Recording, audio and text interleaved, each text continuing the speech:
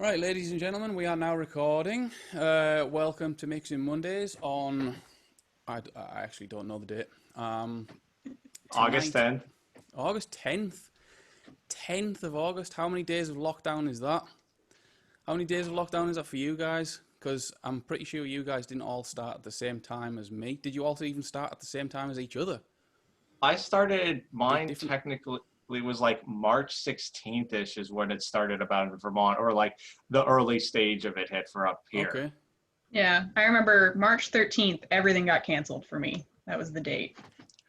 Yeah, I was probably mid-March for me too. My birthday's at the end of March, and I had a quarantine birthday, so Oh man.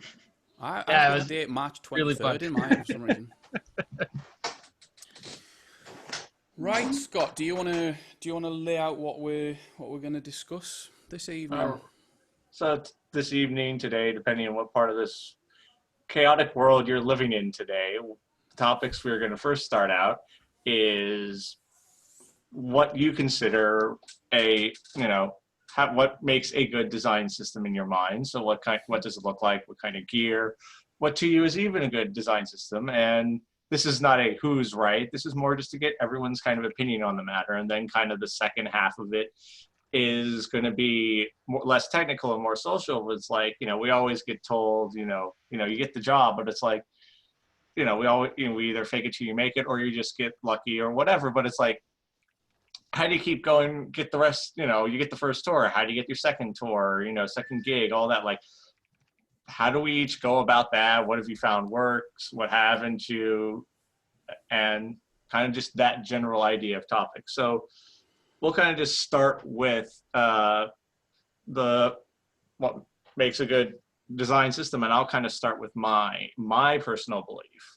Mine is obviously, can it push, can it cover the room, can we get a good spread of the sound everywhere without tearing everyone's faces off, but to where I get the system, and I count as a system. Yes, you have the speakers, but to me, you also got to count how you get that audio from the stage to your mixer and back and forth. And that also factors in my decision. And also, like, how flexible is the system? Is it like, just two hangs and up some ground stack subs and that's what you got? But in my sense, I like to have some low end, so you like to have some subs. I'm not one of those people who needs like what I call the EDM festival wall of subs. To me, that's absolute overkill. I don't care what genre you're doing, but I'd like to be able to, give some. The fact that we see Liam is doing that is a little concerning. I'm still here. It's just my camera. Oh, okay. That I can push some low end when I want it, and in terms of my system too, it's like when we go to the board, I want something that is flexible with me and can like do what I wanted, and especially in the ergonomics. Not to get like talking about brand specific, but I like something that can kind of match how my mind works. And I usually like boards that do things in bangs, which most pretty much do. But then kind of how I see it also is designed is, can I send audio everywhere without, having to string more cable? And to me, the best design system that I've worked with seems to be Dante, because what that allows me to do is just have all this flexibility in my patching. I can add stuff, patch it out to somewhere, patch it back without too much headache. So of my experience now, and I'll do screen share, of what I've considered the little fun show and tell. So just while you're looking at that, Scott, when you're talking well-designed systems, you're including in this the kind of not just things that people would usually consider like coverage and things like low-end power and whether what SPL you can get to, but you're talking the kind of logistics of signal paths as well. Exactly, because it Sure. doesn't matter how amazing it sounds. If I can't easily get sound from the stage to either my front of house or mixing or monitor console, it doesn't matter, because it's like both on the monitor end, it's like I always see this slightly goes into my mix philosophy, but kind of this is I would rather during sound check burn my front of house mix to save my monitor mix, because to me that's the most important. Is so also having a system that I can get my artists, whether they're doing in-ears, wedges, Texas headphones, get them into a headspace where they can perform how they want. That's also a high priority. Back to the whole, Okay. from the source. So on screen, can everyone see the picture I'm sharing? Yep. So this was the last time I took this picture 2 weeks ago. The venue in question, I'm going to name it because I'm praising it, is it was a recently built venue in pretty much the next town over where I live, called Highland Center for the Arts. It was built about 3 or 4 years ago. So it's a brand new building, completely filled with Dante. From pretty much the whole building is wired for Dante. So you could be in the lobby and you can kind of plug into there, or as you can see here.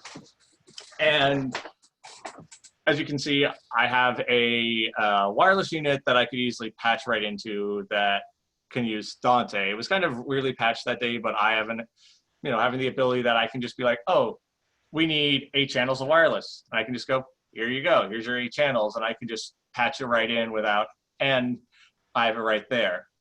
And particularly also without getting too deep in the weeds about boards, I like the CL5, back to the bank things. And I can always easily grab what I need, my tools. And the more I've dug into this, I found a lot of tools.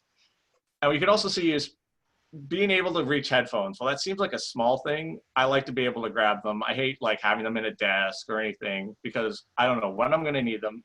So kind of been working on that.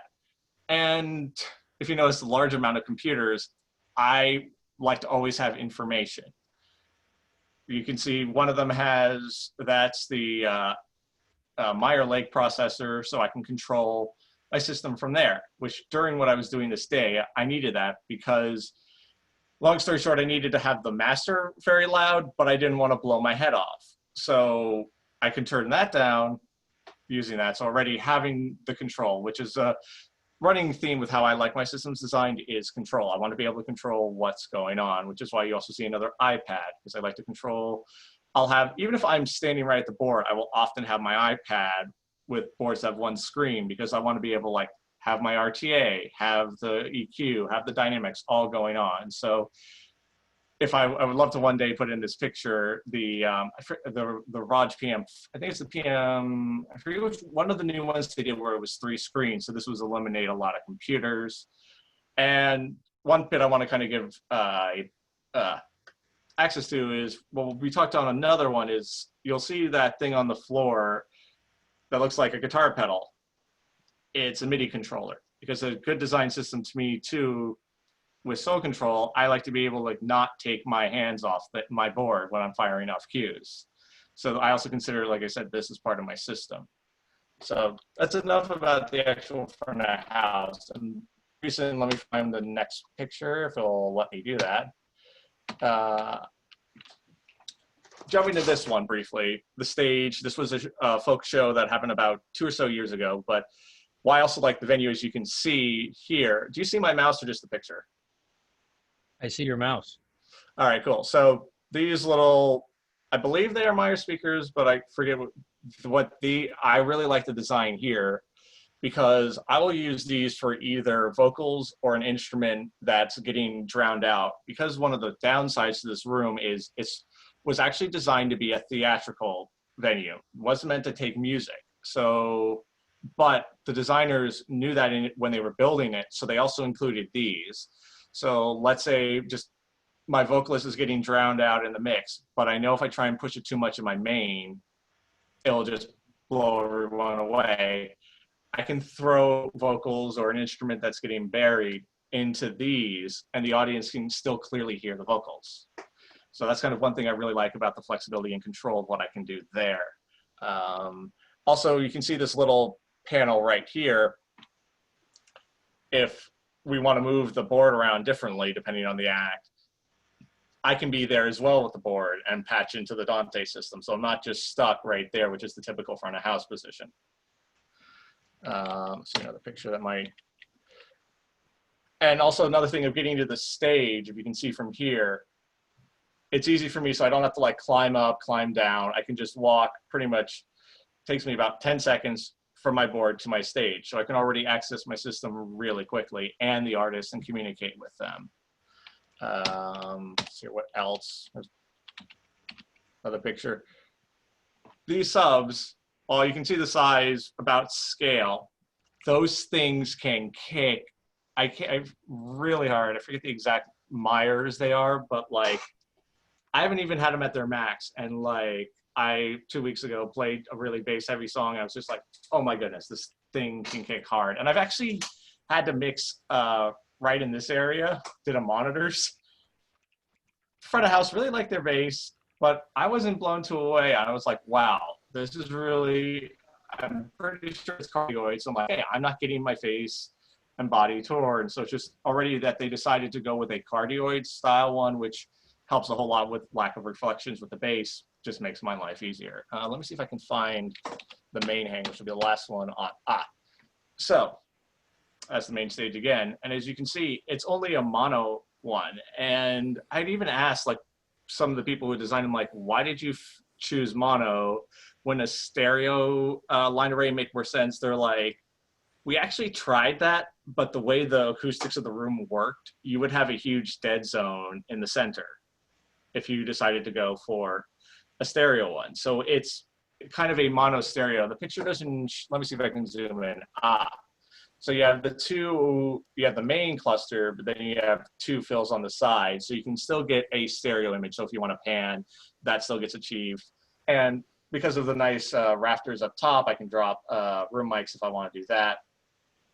And I think at this point, just random picture of my stage rack that I use that, again, I like about Dante is I can put it, especially if where it was wired, I can put it either stage left, stage right, and get my stuff. So I will end my screen share now, if I can figure out how to do that. You can't, that's it, you're stuck. There we go, stop share. Oh, there we are. All right, so any kind of like questions or like comments about this setup that anyone's curious about that I haven't already gone into? Are you using subs on aux on that system? Good question. Yes, I am a proprietor of subs on aux because my whole idea of, aux-fed subs, however you want to say it, my subs are controlled. I feed everything into the sub and go up and down because I like the idea of being able to control it.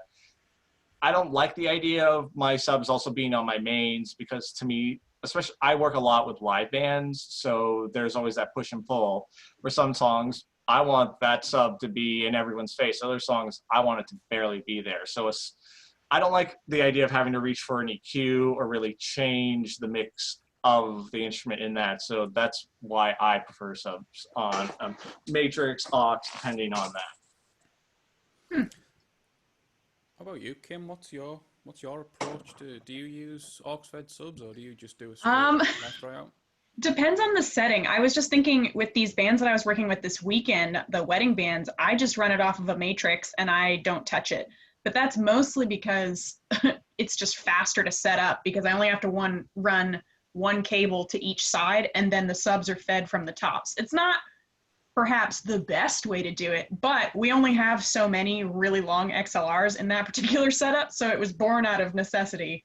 And I just haven't really felt the need to change it. Like I only have a couple of sources that are going to the subs anyway, so if I want to reduce that, all I have to do is pull down the kick and the bass, you know, and nothing else is really down there because I high pass pretty aggressively.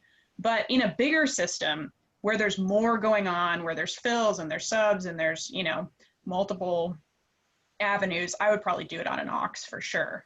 Like in pretty much any other system where it's not like a resource problem, just for the control of it. Yeah, I kind of like, certainly at the level that I was working at before the lockdown or before I left full-time venue staff employment and went freelance, I was kind of forever just avoiding aux-fed subs for a number of reasons. Again, resources, just outputs. Outputs are always scarce. It's one thing that I'm going to run out of, and then just wish that I'd just taken care of how much sub information there was just at the mix level. Especially So I now kind when of, people are running stereo in-ears, those outputs yeah, can get sucked up so fast. yeah. For every monitor mix, you're looking at 2 outputs. It's crazy. Um, but yeah, I kind of tackle all that at the mix level.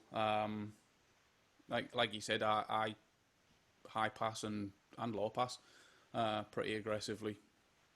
Um, yeah.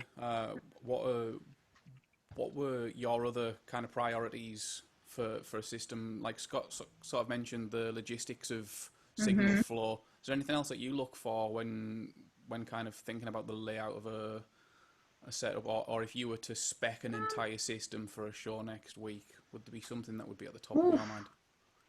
That is so tough. I liked what Scott was saying about flexibility. I hadn't even really considered that, being able to add and subtract things and move things around really freely, because there are always Mm. those situations where the stage box ends up on the other side and it's a total rethink, you know, Yeah, depending on like, oh, but that sub snake is too short now, and all this kind of stuff. So I hadn't even really thought about that. But I mean, I don't know, probably just like efficiency. Like if the system already sounds pretty good just without any processing, it's going to be an easier day than yeah, something where I walk in and I play a track and I think, okay, well, what's your house processing? Let's look at that. What does that sound like? What do I have to do to then change that? And, just stacking levels of stuff before you even get to your mix, that's always a pain. So it's nice to find a system that just naturally sounds the way you would think it's going to sound. What about Oh yeah. familiarity? Mm. If, say, for instance, if you had a workflow that you were already really familiar with, but maybe wasn't, you had an option of an alternative where the end product may end up being better, but it would mean learning an entire new workflow, maybe, or an entire different system of patching. Different console manufacturers have different quirks with how you can patch different channels, for instance. Would that be a deciding factor with you? Would you maybe rather stick with the better the devil you know, or would you just spend the time and try and, because for me, sort of knowing your workflow, I'm doing this because I'm sat at the console. Knowing my workflow and knowing my way around is really important. And Hmm. I think it would take something quite special to tear me away from Digico at this point. Hmm. I quite like familiarity with in that respect. Oh, for sure. It just makes everything so much faster and more, you know, natural when you Yeah, know where everything's at and you know how to fix the problems and reroute things. Or when they say we need to add 10 channels, you know how to do that quickly and efficiently. Um, I mean, it depends on the situation though, because there are times where they're like, well, our house console is, like I had a yeah, gig in March that got canceled where they said our house board is the Yamaha Ravage or whatever, like the giant one. okay, And I was like, I've never worked with that, but I will dive in on those manuals just to figure it out, just because I yeah, think it'd be interesting. But, you have to do the prep work on that. But yeah. Nice to have a sometimes the good toys are time. just too fun. Yeah, and the kind of my bit is this is where my experience is different because I like to be what I was called the touring house guy because I've had to go. I've never been on a tour, but so I've always had to go to different like house venues, and I've had to learn like the CL5, the M32, X32, Pro 2, QU, Allen Heath. So I've had to, by my nature of my work, I had this already built-in flexibility of like, okay, what else is new? Like what's different on this one? But just kind of get back to a little bit of to in your mind, Kim, like to kind of Hmm. bounce up what mine was like either if you have a picture or like in your experience, what was the system you're like, man, I wish I could have this system all the flipping time. Oh man. Hmm. And kind of like the whys and Yeah. Man, I mean, there was one venue in Cambridge in Massachusetts. Oh shoot, what was it called? It's gone from my mind now. But this winter I went and it was just like kind of club size, like maybe a 500 capacity kind of situation. But like everywhere you walked, the sub coverage sounded the same. it was amazing. Like in the back corner, right at the mix position, like everywhere was totally even. And so like, because the mix position translated to pretty much everywhere else in the room, not just the sub, but like the whole system sounded almost identical everywhere in the room. The mixing was just such a pleasure because I didn't have to think, well, I don't want to push the bass any harder because it's really going to blow out that front center area, even though it sounds dead here. You know, I could just mix the way I wanted to hear it and know that everyone else was also hearing that. It was such a pleasure. I don't remember what the actual system was, just more the coverage and the tuning of it that was just so easy, you know? Yeah, you're not having to do that mental gymnastics trying to remember what different areas of the room sounded like while you're sat there trying to mix at the same time. Yeah, it's not like those venues where you, during sound check, you find that like super bassy part and then you kind of like walk over there to check, like, is this painful? Okay, it's fine. Yeah. You know, I can subject these few seats to a little discomfort. Which is, just as a side note, I've probably mentioned it, but of why I like Highlands so much is because it was designed as a theatrical venue. The acoustics of it are meant to project really well. In fact, whenever an act comes in, and usually whoever's the leader, I will have a conversation with them, even if it's brief, on the stage and go, just so you know, you don't have to turn up, because they'll hear as us talking at conversation level how our voice is, and I'll like clap and I'll be like, you don't have to push hard here. So that's another reason why I like it, is because I also don't have to then in turn push the system, because the room allows such a natural spread of sounds. But it's interesting already between you and me, Kim. We like, you know, that just the room is a huge factor into design, like just as much as the speaker and the console. For sure. Yeah, it's interesting. Like, oh gosh, what was I about to say? Oh yeah, I was gonna ask, when you're in those rooms where there's already a lot of projection, like maybe it's a small room or it's built like a theater, so you know the sound already projects a lot. How do you feel about not putting things in the mix then, in sound reinforcement style, like just mute those overheads? You know, do you ever do that kind of stuff? Oh yeah, all the time. Like just like at the Highland venue, oftentimes I'll put things, you know, I'll sound check them and make sure they're good. But it's like, again, sometimes my overheads completely down, or like certain instruments are just really loud, or either barely in the mix or not there at all. Because my philosophy is like, try and make it sound reinforcement. It doesn't need reinforcement if, you know, if you have like a bass amp that can clearly cut through the mix without any amplification beyond its own speaker, no real need to add a bit much more into the system. Totally. And then you've just got to be careful if you get to the point where you're doing things like broadcast sends and board mixes. You know, if someone listens to a board mix of a show and says, where was the electric guitar? And you know, you've got to explain to them that you didn't need it in the mix because it wasn't, you know, it wasn't required in the room, but they expect it to be in the mix. You know, you kind of, if that's the way you're gonna work, then you've got to account for that. What about yourself, Michael? You recently did a discussion on the importance of owning, and we mentioned this last week as well, owning your own console, and how being familiar with a console helps massively. So you've already covered a lot of that side of things, but for you, in your line of work, you're looking at this from probably a far more technical and scientific point than some of the points that have been mentioned, or certainly more in depth. But what do you look for when you think of the perfect system, whether it's installed or toured? Is it coverage? Is it, you know, is it perfectly even coverage? I think when you talk about the idea of a design, you're saying implicitly that there's a goal, right? Someone has a goal in mind. We're trying to accomplish something. Yeah. And so I think you have to start with what's the goal. And I think we talked about this a little bit last week, or last time I was with you guys, but same show in every seat doesn't mean same coverage in every seat. Right? And I told you, I'll just briefly recap the story. When I did West, I'm the A1 at Hamilton College's theater, their biggest performance venue. And I've had years to tweak that rig. And so anywhere you sit in that hall now, you're going to get the same show within 2 dB, right?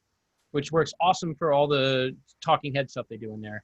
But as soon as you put West Side Story in there and you got a 30-person orchestra pit, the fact that the pit is 10 dB louder in the front of the room means that that's a terrible choice for system design.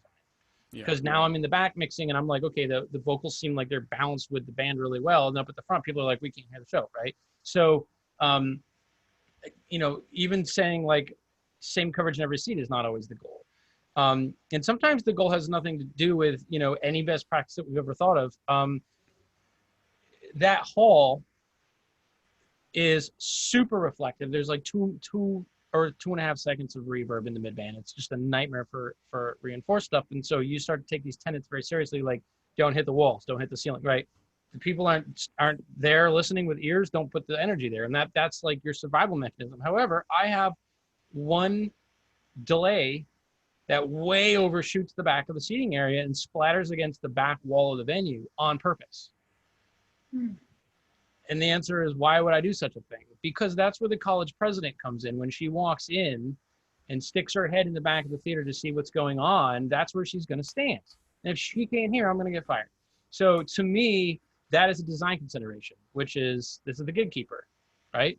If every time this woman walks into the theater and goes, man, I can never tell what anyone's saying, that's where she's standing. She's part of my coverage area. Now, she might show up at one out of 10 gigs, but I have to cover that, right? So I think you have to start with a really thorough understanding of what are the goals here, you know? And for me, that's everything. I mean, I think of something like a cathedral, a Catholic church, where you're like, okay, there's no energy that we need to put out under 80 hertz. We have 5 seconds of reverb. So it's all, this is the time alignment game. This is a directivity and time alignment game. And then there's the big concerts where you want a little more bass in the front. That's the experience that the people who bought the front row seats are looking for, right? So I think, I feel very strongly that there's not a one size fits all solution here. And it's really about what's the event, what's happening with the event, what do the artists want, you know, what are the expectations of the people that bought the tickets. Think about running sound for an AES panel, right? And what you would ask for if you had to do sound for an AES panel. And then think about the Iron Maiden concert. And think about how different those are, right? So if you think that there's, okay, this is the console that I want, these are the speakers that I always ask for, I think you can get yourself into some real trouble that way. You know what I mean? I'm actually doing a thing next week, and it's a little bit, you're not allowed to have concerts here in New York, but you are allowed to have live music while there's people eating outside at restaurants and stuff. So, so there's a band playing, but it's not a concert, and they're not selling tickets to a concert. People are coming to have dinner, right? So I chose all my gear to make it look the least amount like a concert as possible.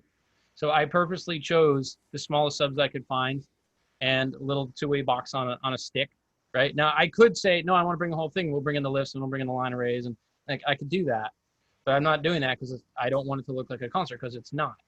So sometimes the considerations have nothing to do with how the thing sounds. Sometimes it's sight lines, or, I mean, weight is a big one, you know? It doesn't matter how good it sounds if you can't hang it. Yeah. That's I won't pick on any particular boxes, but there are boxes out there that weigh 290 pounds a box. Well, that's just, you know, unless you're in a massive scale event, that's just not a realistic thing to hang 10 of, right? So no, it's not fun, it's not sexy, but I mean, looking at the boring stuff, like how much power do I have available, how much can I hang, you know, to me, luckily we're in a great place now where I think everything sounds pretty darn good. You know, the professional quality, and even like the prosumer stuff these days, like, you know, I think for the most part, the whole people that like to bitch about the sound of a certain console, like those days are pretty much gone. Like that's starting to become a silly thing to say. Like I've always said, like if you go to a concert and you can tell me what console was used to mix it based on the sound, I'll give you my car. You can't, no one can hear that, right? So to me, like we're way past sound quality being why you choose a piece of gear, at least for me. I mean, I know that, you know, for the most part, any professional thing is going to work, it's going to do what it comes down to. And like you were talking about, console workflow is a big thing, right? I'm about 10 times faster on a Midas than I am on a Digico. That's not a slight against Digico, and it's not a plug for Midas. It's just that that's a tool that I'm comfortable with, I'm familiar with, and I can get you the results that you want faster with that tool. And that's as good a reason as any to ask for that console, right? I mean, and Kim, you said like outputs, they're a big one. You know, I just moved the Band Dynamics. I moved them from my Midas Pro 1 to an Allen Heath SQ6 that they bought. And it has less buses, but the buses can be made stereo with no loss of bus count. So all of a sudden, the fact that I mix 5 stereo inners for front of house means that I'm not burning every bus on the desk. And so now I'm able to do other things with those extra buses. Like I now have a separate reverb that's just for the in-ears. That, you know, is just what they need to keep them comfortable in that space. Before I was using a double patch of the vocal reverb return that wasn't in the mute group, but now I'm able to like create their own space in the ears because I have extra buses and I have extra effects slots for that. So, you know, I also think this stuff sort of makes its own usefulness, right? So my band has 21 inputs. So if you give me a 24 channel desk, we're going to be fine, right? But when we go to something like a Pro 1, now I have 48 inputs. So now I'm like, okay, well, my lead singer, she doesn't like how far I high pass the guitar. I need to high pass her acoustic pretty high to get it to sit in a mix with 2 of the guitars and keyboards, right? So I take a lot of that low energy out. But in her ears, she doesn't have all the other instruments. She just has her own guitar and her own vocal, and she doesn't like the sound of it. So, all right, I'll double patch her guitar. And she can have the full spectrum guitar, and then out front we can have the, and so like my bass is double patched. All my vocals are double patched. And then if you have more buses, you're like, okay, well now I'm gonna do my drums on a bus, and I'm gonna duck them under the vocal bus. Like, having more goodies, more power in your desk, like you first you're like, man, I would never use all those inputs, all those buses. But like after 2 months, you're like, oh, you know what I can do? That's cool. I got it. Right? Yeah, Kim's nodding like straight. So I think having this stuff, it really quickly can start to justify its existence, you know, and it's unconditionally, it's a better product. If you listen to the mix I can do on a desk like that versus what they were on when I started with them, which I won't say, but having a more capable tool can enable you to do things that otherwise we would just have to say, no, I don't have the inputs for it, we can't do it. Or no, I don't have any, you know what I mean? Like, you go like, yeah, I have an extra effects slot, so yeah, let's put a so-and-so on there and see what happens. One of the coolest things I started doing that I'm really happy with is burning an entire effects slot just for a snare reverb. Tiny little short room, like 250 milliseconds, 300 milliseconds. And it just makes the snare a little bit wider and fatter and just sits, and I all of a sudden don't have to go in and do all this crazy stuff to a snare. And so that's a thing that if you're on a desk that only has 3 effects slots to begin with, you just can't do that. But and then I think the last point I'll make, just to full circle, comes down to priorities. So you have X number of buses, how do you want to allocate them? So Kim, if you were a diehard aux-fed sub user, Yeah. that is higher up in your priority list, and you're going to burn one of your buses for that, and that means something else isn't going to, right? Maybe you sacrifice a reverb or something. So Yeah, so for sure. I think how we choose to use the assets that we have says a lot about our priorities as engineers, right? We'll just want to have a workflow thing. I will never mix into a system without measuring it, right? And I talked about this last time. If it takes you 20 minutes to set up your smart rig, then that's not a useful tool to you in a production environment. But if it takes you 3 minutes, you can get useful data within 3 minutes. If I know that what I'm hearing at mix position translates to the rest of the space, then I'm not worried about sound check because I can sort that out during the show, right? So I will look at uniformity and variance very, very strongly first. As soon as that's out of the way, now I know that I can just go on and do what I'm going to do with everything else, and I don't have to worry about, yeah, but what's happening down front? Yeah, but what's happening in the balcony? Because I already answered that question, right? So to me, that's stuff that's harder to do with people in the room. Like I'm going to go measure all these different places and compare them, and I'm going to go shade this zone. Like just get that out of the way and do it. And then I can spin up a mix halfway through the first song that'll be listenable. So I would rather use some of that sound check time. And let's be honest, when you have a monitor engineer on stage, sound check is not for front of house. It is not for front of house. I have virtual playback, right? That's for the artists to get comfortable on stage, to get their monitor mix, to work with the monitor engineer. As long as the input's hitting my console, I'm fine. So I'm not going to ask my monitor engineer, my E2, like, wait, hold on, let me work on that bass a little more. I will not stop you during sound check unless something is horribly broken, right? That's your time. Do what you got to do. When you're done with sound check, yeah, play a tune. I'll throw something together. So, I mean, I can deal with a lot of those things while other people are doing other stuff. And so I think it just comes back to priorities. Like, you know, that has never failed me. I mean, yikes, I've seen shows where people didn't realize until the end of sound check that left and right didn't sound the same.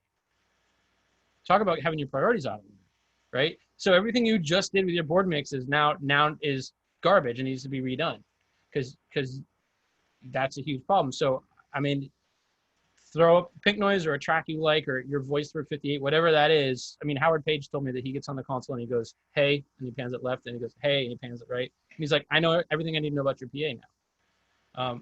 But I think that's a question, if you don't answer that question first, you're going to have, that's going to cascade. I mean, so the idea, Kim, you're like, yeah, I'm pretty aggressive with my high pass, right? So I want to know what's going on with the curve of my system. I mean, you literally will see anything from ruler flat to subs that are 28 dB hotter than the mains, right? Well, that's going to have a pretty big effect on those decisions, like where do I put this high pass, right? Mm-hmm. If I don't know that, I'm sort of mixing blind. So I pay a lot of attention to what my system's doing first. Are everybody familiar with Bob McCarthy's concept of the art science line? I think it really applies here, right? Mm-hmm. The output of your console, that's the divider between art and science. Everything you do upstream is artistic choice. I can't tell you that your bass tone is wrong. I can say I would prefer a different bass tone, I mix a little brighter, whatever, but it's artistic.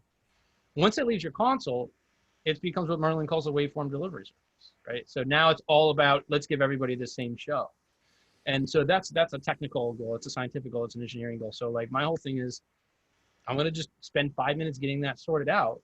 And now I know that the artistic decisions that I'm going to make, or whoever's mixing, maybe I'm not the mixer, right? The artistic decisions that the mixer is going to make are going to be valid. If your system is 20 dB louder in the front, then Liam, when you're like, okay, this is the appropriate level for this guitar, like this is exactly what it should be. Well, that decision is meaningless throughout the space if you have a 20 dB level variance, right? So it's hard for me to start thinking about things in an artistic sense until I know that I've built myself the foundation where those artistic decisions actually going to carry any weight. You know what I mean? Mm-hmm. We spend so much time on channel EQs, and we choose a mic because we like the certain tonality of the mic. Subtle things, the dB or the 2 here or there. But if your PA from night to night has 16 dB of variance in the tilt, then why are you worrying about the 1 dB in the microphone? You know what I mean? Like, think about the transfer function of that PA, whatever that tilt is, and overlay that. Put that EQ, like, okay, now flatten your PA out and put that crazy response into the channel EQ on every channel on your desk. That's an equivalent starting point. And that's crazy, right? So I like this mic because it's flat. Well, not if your system has 20 dB of bass tilt. It's not, I talked to Ken Pooch Van Druten the other day about this idea where he said something like, I don't understand why people mix aux-fed subs. And I was like, I understand why you don't understand that, because you mix to a flat PA. So when you put a high pass filter in, it actually works. It does what it's supposed to do. If your PA has 24 dB sub bump, that high pass filter does nothing. It just puts it back to flat, right? Like you have so much low frequency buildup that the high pass filter is dead in the water. So that's why people want aux-fed subs. A part of it. I mean, control, like I love the control aspect of it. I don't want my vocal mics on my subs. But why some people feel it's absolutely necessary is because you have these PAs that have huge sub bumps. So I don't know. Those are kind of all a bunch of scattered ideas that to me all play into the same question that you're asking. And I don't think there's necessarily a right answer to any of it, but I think all of these things have their place when you're approaching a certain goal. So, I mean, for West Side Story, when we did in that hall, I flattened the PA out, razor flat, just speech transmission, and I just muted my sub completely. So the system did nothing below 90 hertz and was just flat all the way up. And that's not what I do when I have a jazz band in there, So I would say that I think that a good design is one that accomplishes the task it's supposed to accomplish. So do you choose the tilt or curve of the PA on a sort of the basis of what the event or what the show is, or do you typically go for something rather than something else? Do you typically go for flat or? Yeah, that's a great question. I used to go with a little bit of tilt, just because if you take a piece of music, right, of any popular genre and you run it through an RTA, it has that tilted spectrum to it. So that's what music sounds like. So doesn't it make sense to do it at the PA? And then like, I sort of really changed my stance on that, because the answer is no to me for a bunch of reasons. Number one, I had artists start asking for board mixes. Well, if you're doing your tilt in the PA, your board mix sounds anemic and terrible, right? If you mix into a flat PA or with a little bit of a sub bump, just, I mean, like 4 dB shelf below 100, right? Something flat like that, like Howard Page would do. Now your board mix sounds exactly like the show. And I actually spent some time comparing board mixes, and I would, literally shoot the show from front of house on my phone and compare the phone video to, there's a video on my YouTube channel where I do this. I compare the board mix to the phone video, and you're like, wow, it sounds the same. And so, putting the tonality of the mix, it's part of the art. So like, now this thing that leaves the console, that is what my show should sound like. So now we get into the goal of just transmitting that everywhere. So no, I generally now am working with a pretty flat PA, maybe a little bit of shelf. The only other thing that I would mention is I also looked at that low end of the spectrum for recorded music versus live music. And I call it C-A, which is the metric that we use in SMART for the SPL. Mm-hmm. So you have SPL-A, which rolls off the lows, and you have SPL-C, which is broadband. If you look at the difference between the SPL-A and C, that's C-A, and the larger that number is, the more energy you got hanging out down in the bass region, right? So I looked at the C-A of live concerts versus on the record. And what I found is that, as a very, very rough rule of thumb, the live concert has about 5 dB more bass tilt, higher C-A than the record.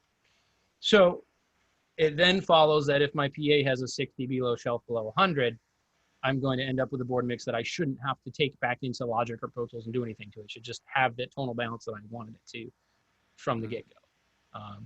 Because yeah, live events have a little more bass than the record. Like, we know that, right? Just kind of, we know that just empirically as humans. And that's not a sound engineer thing. Like, go ask your mom, like, hey mom, do you think live concert has more bass than the record? They're gonna be like, yeah, right? Because it does. So that metric, to me, from the data I've seen, it's about 5 to 6 dB more. So if I put that 6 dB at the bottom of my PA, then I end up with a board mix that just is correct and sounds like it should sound. The other reason I started doing it is because the PA that I mix on a lot for a local company around here is a small format line array, and they don't like to be doing a lot of stuff at 650 hertz. Those little boxes don't sound good when they're doing that, right? So just flattening that out and taking some of that spectral load off, allowing the subs to kind of come up into that region. It's not a super scientific statement, but I found that changing the target curve in a way that transferred more of the energy in that region down to the subs allowed the PA to sound a lot cleaner. Now, if I was on K1s, I wouldn't care about that because those things go down at 35 hertz. But and again, that's one of those things where this thing kind of chases its own tail a little bit. Like, the PA that I have to mix on will kind of influence what's happening at the console.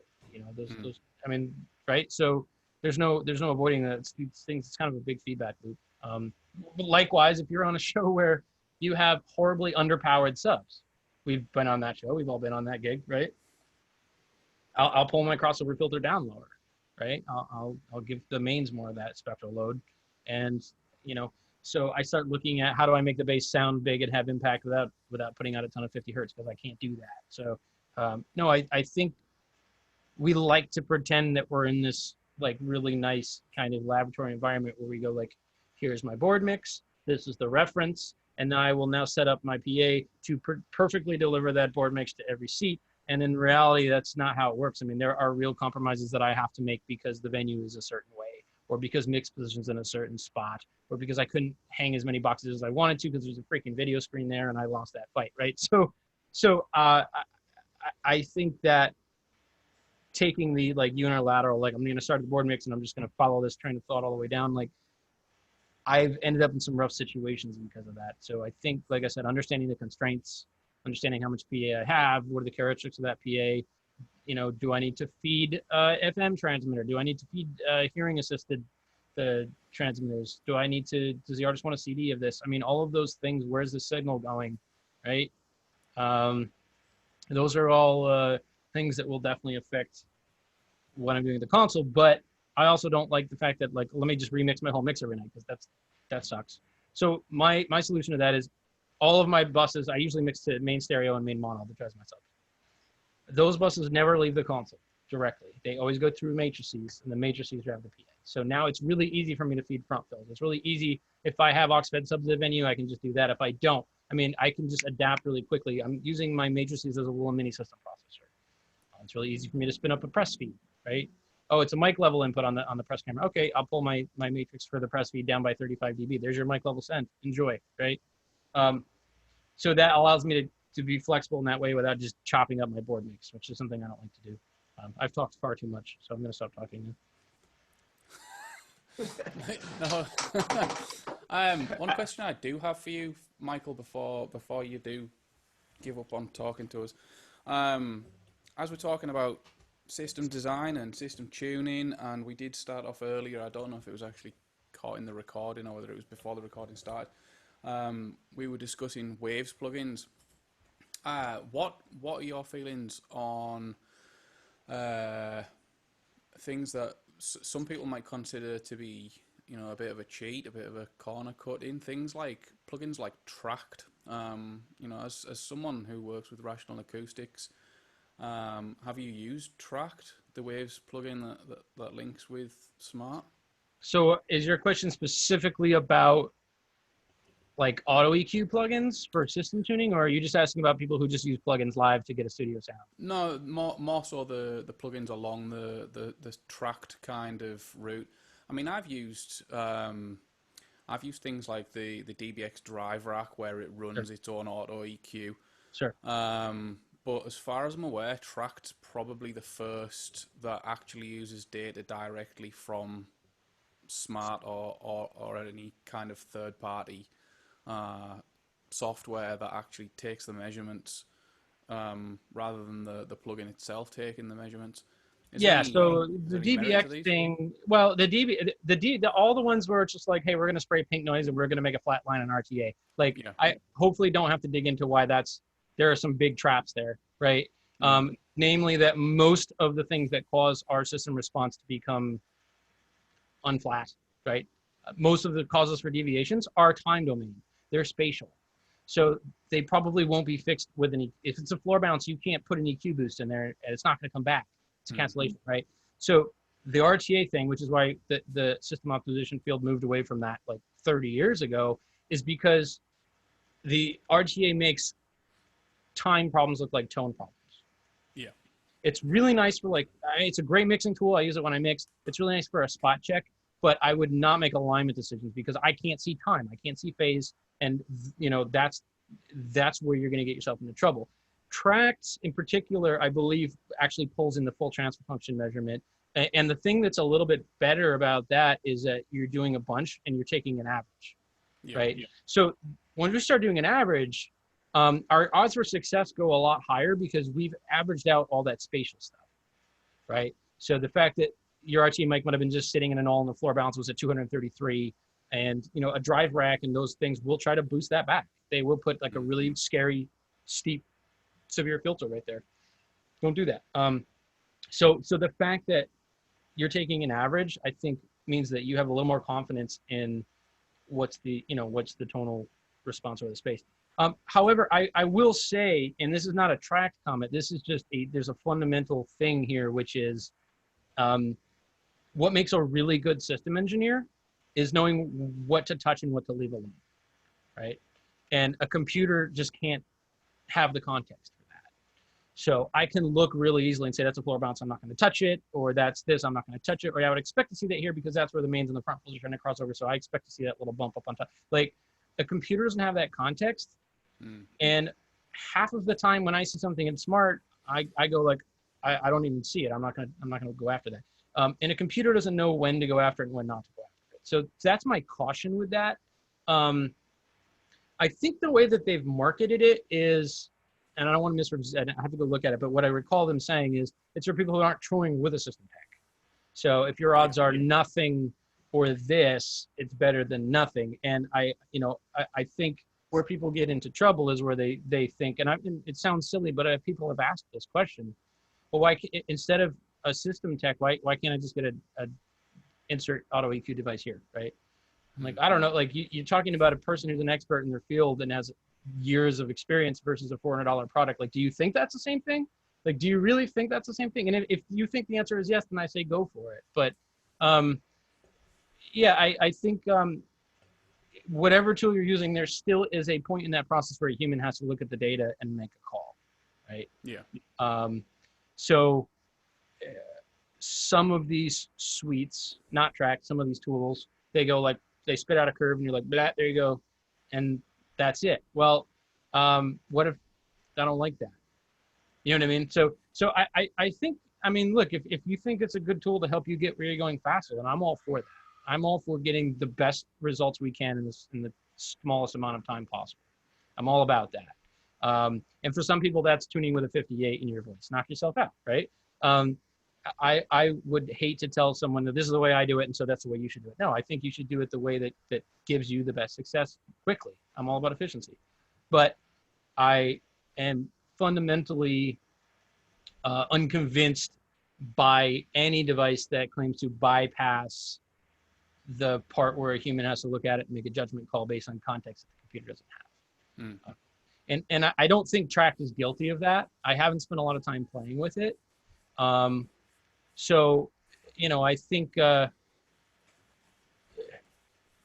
don't know. I think it's an interesting like slice of the market who would say, yeah, that's a good solution for me. Like we said, people who don't have a system tech, but I mean, have enough experience looking at stuff like transfer function measurements to look at those curves and know what they mean. Yeah. Right. You need that, because otherwise when it spits out a curve, are you going to go like, yeah, I like that, or no, I'm going to tweak it? Like, you still have to have enough context to make that call.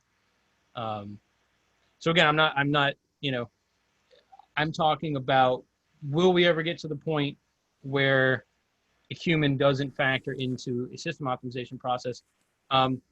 And I would say probably not, at least in my lifetime, just for the reasons of what I talked about before. The computer, the plugin doesn't know that that's where the college president stands. And so even though all of your rules say don't hit the wall, it's a hard avoid. No, I want to hit that wall right there, right? So I think yeah, I'm really about any tool that gives you data quickly so you can make an informed decision. That's a non-answer for you. It was a very nice non-answer though. No, I actually invested in Smart just before lockdown started, so I've kind of had a chance to play with it at home, but never out in the wild. You know, I can see some features in there that would benefit, you know, some definite advantages over things like the old auto EQ kind of systems.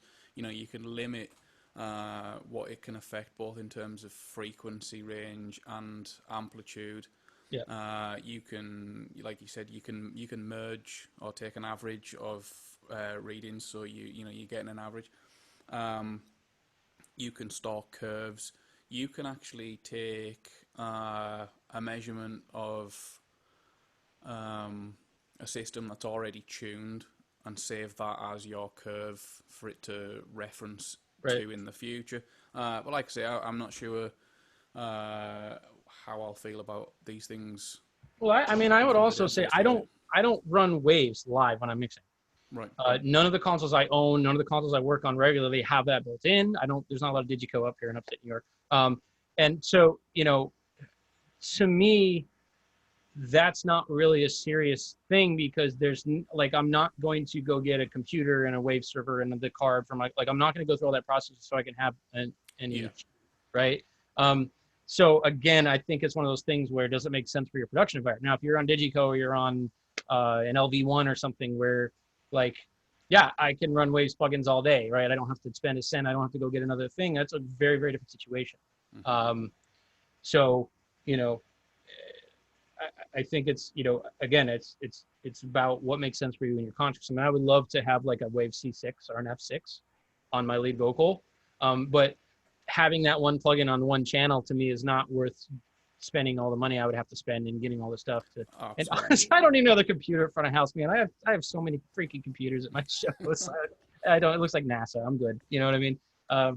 So yeah, I think it's all about understanding where you are as an engineer and looking at what problem you're trying to solve, and then saying, does this help me solve my problem?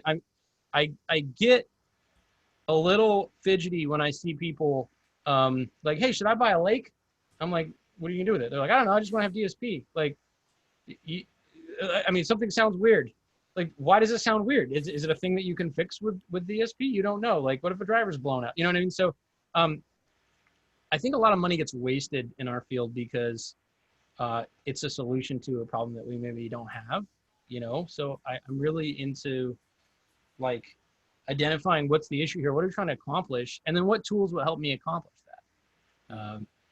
I know what I want, but is it what I need? You know, and it's a story that I tell all the time, but like I worked on this festival and the guy came up and he said, look, man, we want 2 stages. We want like 60 by 40 stages. We want 2 roofs. We want to do daylight video. We want all this stuff, right? And I'm like, yeah, okay, we'll get you all that if you want all that. But like, I knew in the back of my mind, like, this dude's not going to ever pay this off. So I'm like, all right, go outside in your parking lot. And I'm like, pace off 16 by 24. He's like, wow, that's really big. I'm like, yeah, so you don't need a 40 by 60 stage, which means now we don't need a building permit in this state, which means like, so we talked him down to like single stage, reasonable size. Instead of bringing in a roof, which costs, you know, 5 figures, he got a party company tent to go put a tent up on his little stage, and it cost him $300 instead, right? And we get rid of the video, like, so long story short, he sold 91 tickets to this event, right? So the whole thing was like, I know what you want, but this is not what you need. And he afterwards, he was like, dude, if we didn't listen to you, he's like, I'd be selling my house right now. He goes, I'm gonna have to sell my motorcycle to pay you guys, but at least I don't have to sell my house. So thank you for not selling me what I asked for. You know what I mean? And there's like a really powerful lesson there, which is like, do I need this thing? And my dad does my books for my company. So when I want to buy a piece of gear, I have to go through the dad gauntlet of why am I asking to purchase this thing that costs a lot of money? And it's frustrating because he's not an audio engineer, but it's also like, it's really good that he's not an audio engineer because he's not going like, wow, that's a really cool new Matrix processor. Yeah. You know, like that new Alan Heath one, I want that. I think it's cool, but like I have 3 DSPs. Why I can't, you know what I mean? So I think, you know, I think it all goes back to what I said in the beginning, which is like, I don't think any tool is inherently good tool or a bad tool. I really don't feel that way. I think that it's all about getting the right tool for what you're trying to do. So there's my blanket answer. That Michael, you actually brought up some interesting talking points that remind me of things I've been involved in too. Is like one with like your most recent one. It's like, well, what do you really need? So the first and also the sources. So the first story I'll tell was a year or so ago, one of the conventions I volunteer at. We always have this big, huge. It has like 400 people, so we're in this like big convention space where it's the all hands meeting, and typically departments. Some do, some don't, but like you can tell which departments are which, especially by the shirts. I'm in tech, surprise, surprise. And I hear people like either in front of me or like near me, and they're talking like, I am a total nerd, I'll admit it, but it's like they were going so specific as saying like because they're each department, we're up on the mini stage about to talk, and they're going, oh, well, they're using the Sennheiser this, they're using the Shure 58. And they're all going like, well, this has this curve and this. And they're saying why they sound different. I'm like, no, it has nothing to do actually with the microphone. One is like 5 feet from the mic. One's having it at their chest, and then finally it gets to the lead of tech, and he holds it right. And I'm like, notice what he's doing. Notice what they're not doing. So it's like, so your whole idea of like, yeah, let's focus on that thing that makes the 1 to 2 dB difference. When in reality, we have to focus on what's making the source sound good, or what's getting us a good signal, so on and so forth. So I'm just like, you know, you got to focus. We can't get so microscopic, which can be fun. It's like we have to get the big topic. And just all those many things you were talking about, like. Well, here's a great example, right? Like we all know, like, don't cup the mic. It's a no-no. Don't cup the mic. So if I'm working with an artist who's gonna cup the mic, then the situation is not, hey, Mr. extremely famous artist who's worth $50 million, please don't cup the mic. He's gonna do what he wants to do. So then now it's like, okay, well, that's out. So what are what's my second solution? Maybe I go to dynamic EQ. Maybe I look at a different mic capsule that's more resistant to cupping. Oh, but he's endorsed by so-and-so mic company, so he has to stay on this. Okay, so my point is, you know, I always know what I would do first in a perfect world, but then like sometimes that's not gonna work. So you have to have a couple tricks in your bag here, and you can get into a situation where at the extreme end of this, you're tuning your whole PA because of how your vocal mic is handled during the show, right? That's not a place I want to be, but, and it's like something that you said the other day, Scott, and we were talking about, like, I can't go to the band I mix and say, guess what? I just bought a SD7. And I know you're paying me right now to come out and mix you on an SQ5, but I want to bring this $350,000 console to your shows, and you're going to sound so much better because I do this. And you should pay me 3 times what you pay me now to mix you because I'm bringing a nicer console. That's not a sell. They don't care what console I'm mixing, right? The product to the artist, to the audience is not, oh, he's using a nice console. The product is like, they could hear the lyrics, right? It was not an assaultive level. So can I charge more because I bring nicer gear? No. Can I charge more because I brought, like, all right, so Liam, you got a smart license now. That's an investment for an engineer, right? So you're like, yeah, I'm going to go out and I'll pay that off. But can you charge more because you bring smart to your gig? Not in my world, I can't. I can charge more because I get better results. And if smart helps me get better results, then now we're talking, right? But I think that's the thing about tools is they're tools. And we love to go, yeah, but, you know, this production company charges more than this one, but they have a X PA and these guys only have a whatever PA. Like, the person who's sitting in the seat doesn't care. The box office, the management, do they have to give a refund or not? Like, that's where they're at, right? And in the corporate world, it's like, the peace of mind is the product. They want to go, Mike's here. We don't have to worry about the sound. We know it's going to be fine. And they move on to something else. They move on to flittering about the flower arrangements or like whatever, right? So my product in the corporate world has nothing to do with sound quality. If they don't hear feedback, they're not going to say anything. That's as far as they know, right? So it's about like, how do I make nice with the people that come talk to me, and like how little of a space can I take up in the audience, and do I hide my paddles so they don't have to see them? Like, sound is not even on the list of why I get hired for those types of shows. So when you're asking for whatever console or whatever PA, I mean, like that may not even be a factor in the equation of why you're getting paid. You know what I mean? So I think that's, I love the system tech stuff. Don't get me wrong. I love it. I want to talk to you for 5 hours about where the sub should go. I'm all over that shit. Right. But there are a lot of decisions where that is not even a factor in the decision. So I think we're all served by remembering that it's not our name on the ticket.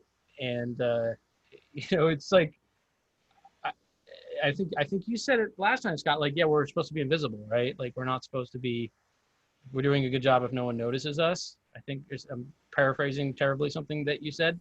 You know, I think there's a sort of a terrible truth to that in a lot of ways, because it's, you know, for all of our gear that we love to geek out about, I mean, at the end of the day, like, did it sound like shit? And honestly, most shows still sound like shit. They really do, right? Like, most shows still sound like crap these days. And it's not because we don't have good tools. We have awesome tools, awesome tools. So at the end of the day, I mean, it comes down to like good communication and like, how well do you know how to use the stuff that you're given? I mean, that's really what it comes down to. Would you rather have Bob McCarthy go out with a garbage PA as your tech, or would you rather have a $10 million D&B PA with a system tech who it's their first day and they have no idea what they're doing? I mean, which one of those situations do you want to mix on? I'd go with Bob. You go with Bob. I think we'd all go with Bob, because Right. like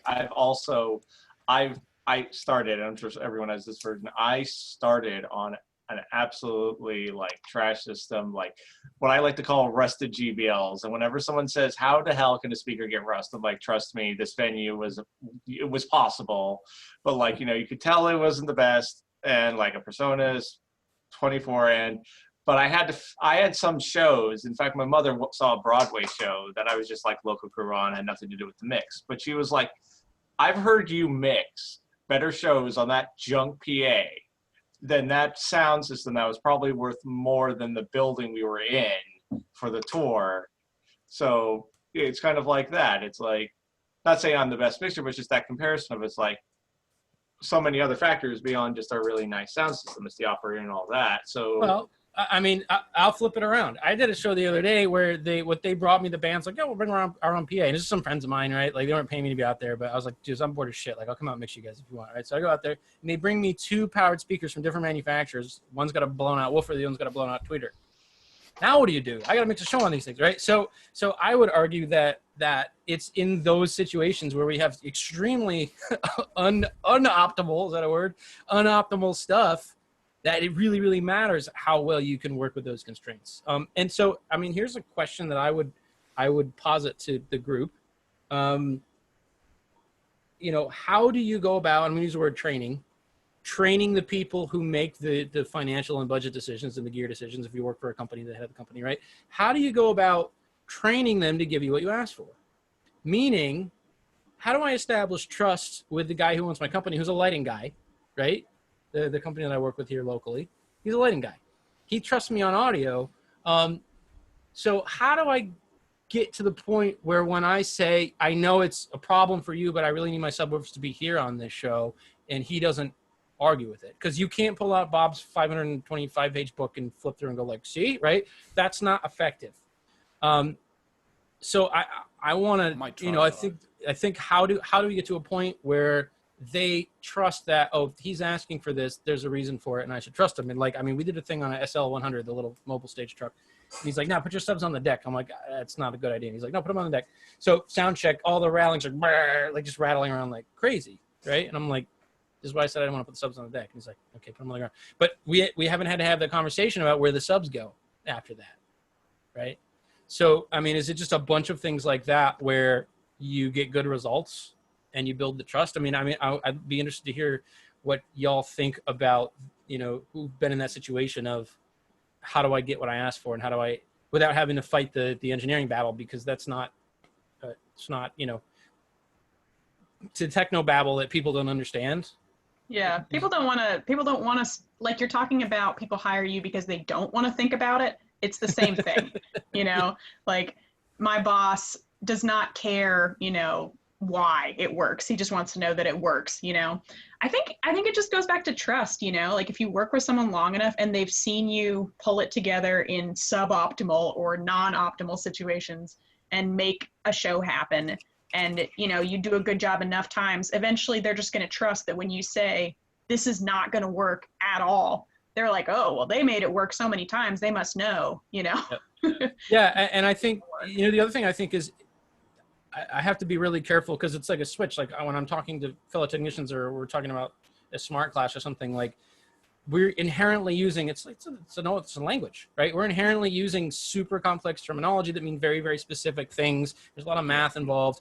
But as soon as you get a party to that conversation who doesn't understand those things, you have to switch that, because making somebody feel like they're left out, or they feel stupid because they don't understand what's being talked about, like that's a very dangerous thing, even on a crew, right? I don't want to have a member of my crew who feels like a dummy because they don't understand something I said. That's a bad situation. So I think that's never going to be an effective money talks, though. I'll tell you that.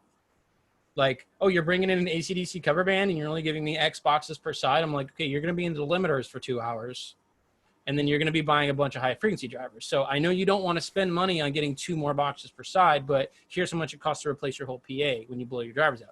That's, you know, the fact that they know, hey, I am invested in protecting your gear. That's part of our job. That's a big part of our job as a system engineer, or anyone who's mixing, right? If you leave a trail of blown out gear behind you, you're going to stop getting called real quick. So when I say, hey, you should really think about getting this or this or this, my best interests are your equipment and making sure that your equipment isn't damaged, or that this is safe, or that the power doesn't go out during the show. Like, these are not audio world things. These are like professional considerations, just because we care about each other in the world, right? And what we talked about last week, not damaging people's hearing falls into that category. Not doing something stupid with rigging falls into that category. So I think establishing a reputation, like beyond the fact that, okay, you're an audio engineer, every time Kim shows up, she gets great results. We don't have to worry about it. We know that if Kim's coming, she's going to do a great job. But on top of that, oh, she's always nice to be around. She's always pleasant. It's fun working with her. We don't argue about stupid shit.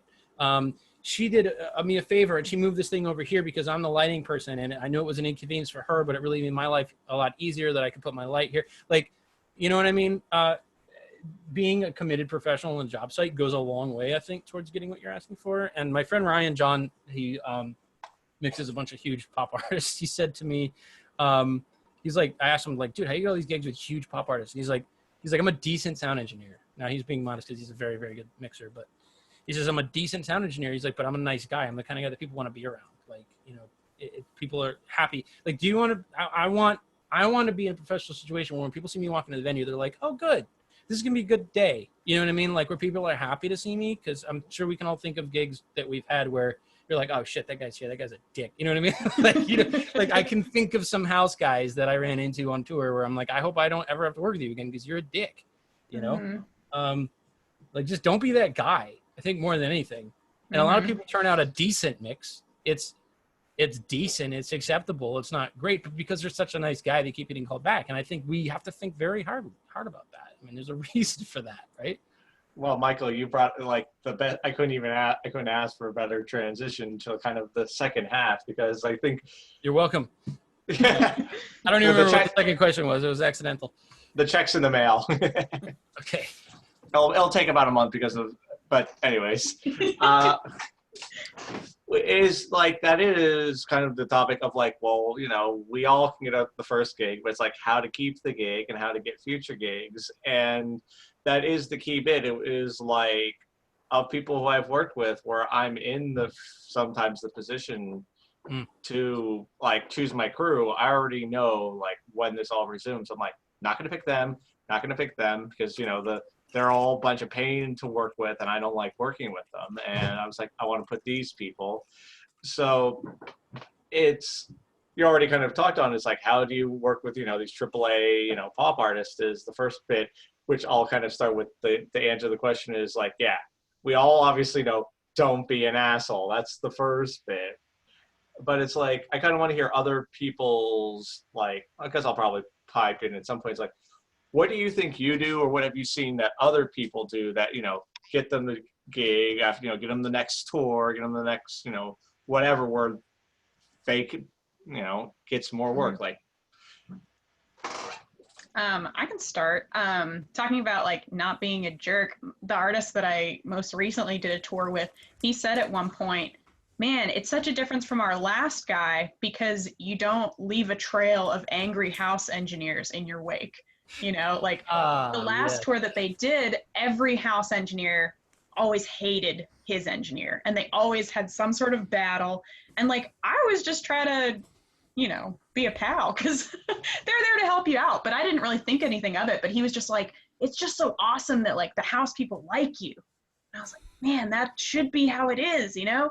And just that feeling of trust too, like we were talking about, like if the artist trust that you're going to do a good job and you're going to keep them safe on stage and you're going to be there when they look over at the monitor desk or whatever, and that the client is going to, you know, get what they need from you and they're not going to have to come and ask twice and they're not going to have to complain about how loud it is or whatever. Like just, you know, trust is such a huge thing that people go back to again and again when they're looking to hire somebody, is somebody that they know what that experience is going to be like, you know?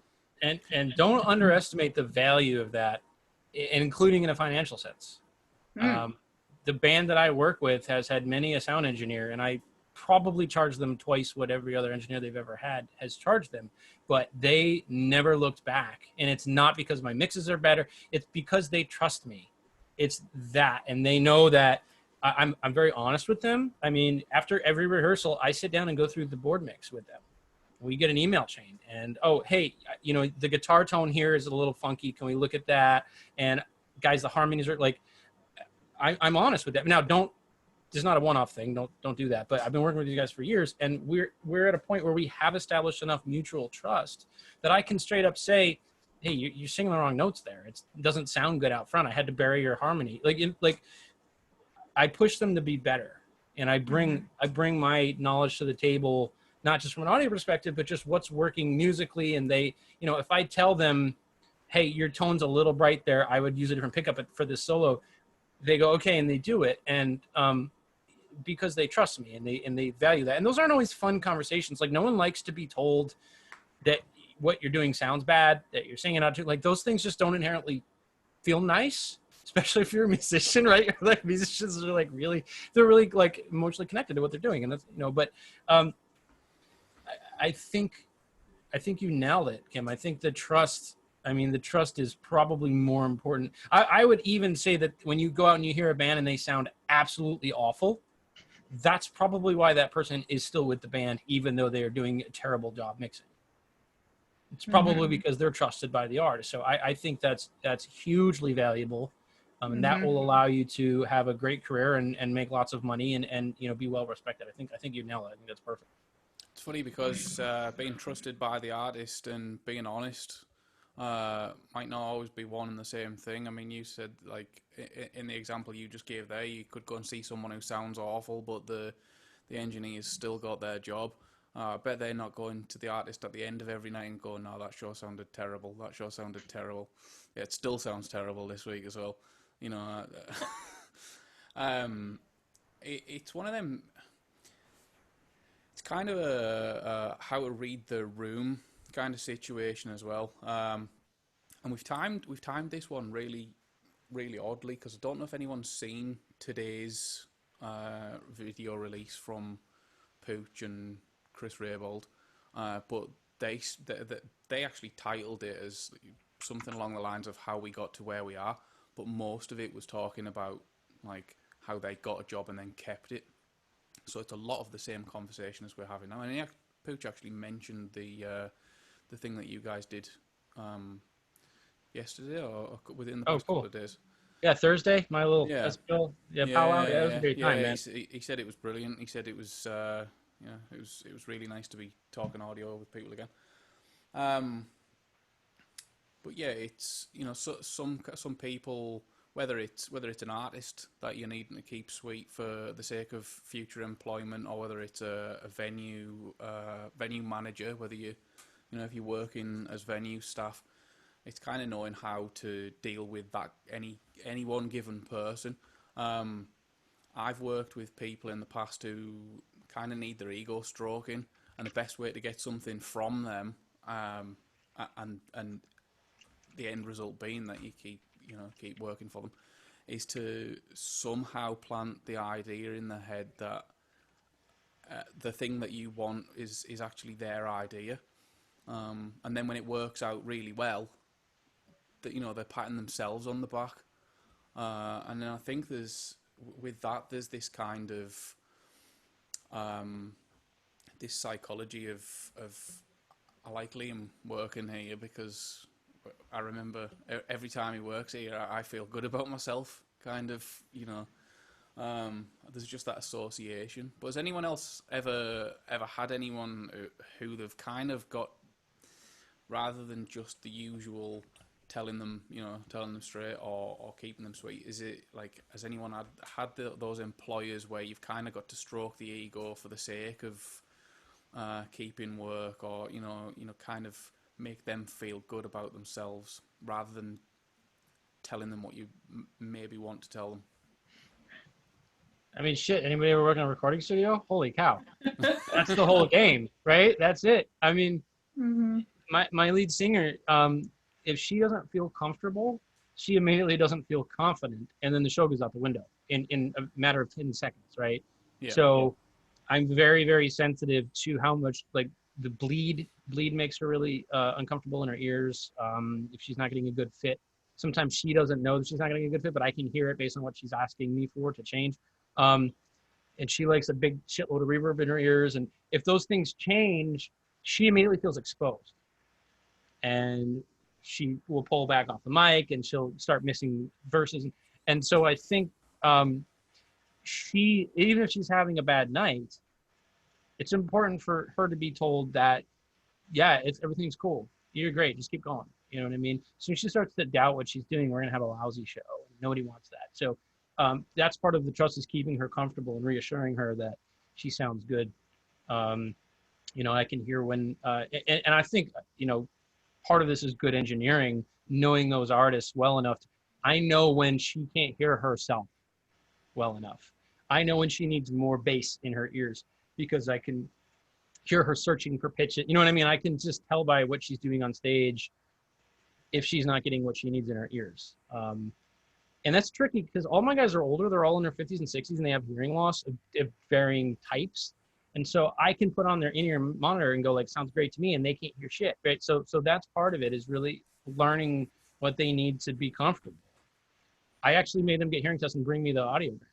And I go, okay, so you're 24 dB down at 4K. That tells me a lot about what to do with your in-ear mix, right? But she's comfortable. And we got to a point where I don't think they have asked me for an in-ear change in a couple of shows now.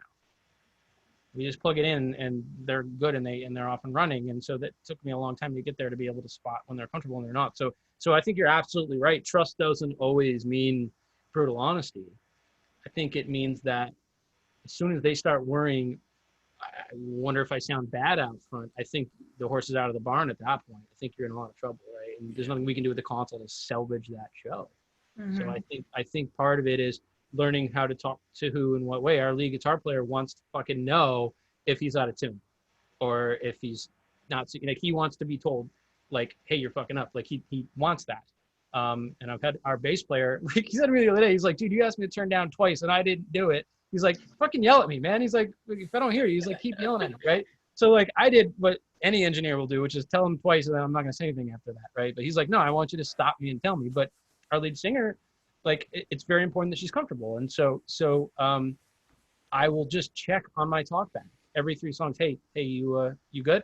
You need anything? Like the fact that I can talk to her and comment to her and no one can hear it. I think that like, yeah, I'm 90 feet away at front of house or whatever, but like the fact that I can talk directly to her is helpful. Just letting them kind of hear me like, hey, what's going on? Are we cool? Yep, just checking in. Like they know I'm out there. They know I'm paying attention. They know I'm checking in. So yeah, I think it's about, communication, all this stuff. I think it's a factor of trust, like Tim said, like just having a good working relationship with these people and learn how to understand what they need and how to give it to them. What are you Totally. using as your talkback, Mike? It's funny. Just from that hand gesture, I'm guessing it's not a switched 58. It is exactly. It's a PG 58. Oh, really? Okay. It's funny though because our guitar player bought a what's that really nice Shure one, the KSM 8. Oh yeah. Yeah, and it's really nice, but it's cardioid, and he's all the way staged right, and so in a small venue, he's like 10 foot from the hang, and I'm like, I took it away from him. I'm like, I just can't. You can't use this. I'm sorry. Like there was just so much stuff blown into the mic that everyone's ears mix went crazy, and so he's on a beta again. But when they're in rehearsal, I will use that just because it's shiny and I really like it. But no, what's in my bag is just a switched PG58. Like that's what everybody has, right? I think mine's even cheaper than a 58. Yeah, I've been shopping around for like a good talkback mic. What was funny was I forget Volners, I forget whoever did the Sennheiser, the RF presentation of Live Sound Summit. He was talking about how his crew has a spring-loaded switch, so you don't leave it on and accidentally say something you want. And I'm like, I forget it. I feel like I should message him and be like, do you have the schematics for that mod? Because you could, if you sold just modded talkback mics, you'd make so much money off of sound engineers. Well, a lot of consoles will let you do a push to talk like a hold. Right. So I'll put it on, if I'm doing monitors, I'll put it on a stand in front of my face and just reach over and hold that button down. That's something that I'll do, not in front of house, but because if you do it in front of house, everyone's like, yeah, you're going to sing? I'm like, no, I'm not going to sing, stab it. I remember one of the Pooch and Raybold things where Chris Raybold was talking about a situation he got himself into where someone, a guest, I think, for one of the shows, someone not directly show related, none of the band, had come to just talk to him about something, and he got to the point where he was kind of bad mouthing the artist and didn't realise that his talkback mic was live. He said, and then since then, I think he said he's got a foot pedal that he uses to turn his microphone on and off. But not only that, when he's not using it and he knows he's not using it, he actually disconnects the XLR because he just refuses to go through that situation again. I have, I actually do, I'll take like a pair of like powered, like I have KRK Rocket 5s, like little studio monitors that you would use to mix in your house or whatever. And I'll put one of those up at the monitor console and put one of them by me in front of house. And I will literally just cable them into the opposite ends of each other's talkback mics. Mm. So I have a completely separate, like closed loop where I can talk to my monitor guy and he can talk to me. And I'm saying monitor guy because I usually work with one guy who's a guy. I'm not saying that all monitor engineers are guys, but so me and David can talk to each other. And it's completely removed from, our consoles could both catch on fire and melt down and we can still talk to each other, which I think is important because if you have a digital console lockup, which happens, things break. And now on top of that, I have no way to get a hold of anybody on stage. And we have radios usually, right? So having the talkback be totally separate from what the console's doing was huge. That also means that I can talk to him, and then I can use my console talkback to talk to my band, Mm-hmm. or talk to the PA, do an announce, talk to the stage wedges, whatever. I have different lines of communication that I can open up. So that's the first thing that I set up on, when we start building front of house, is get my talkback loop set up with the monitor engineer, so we can,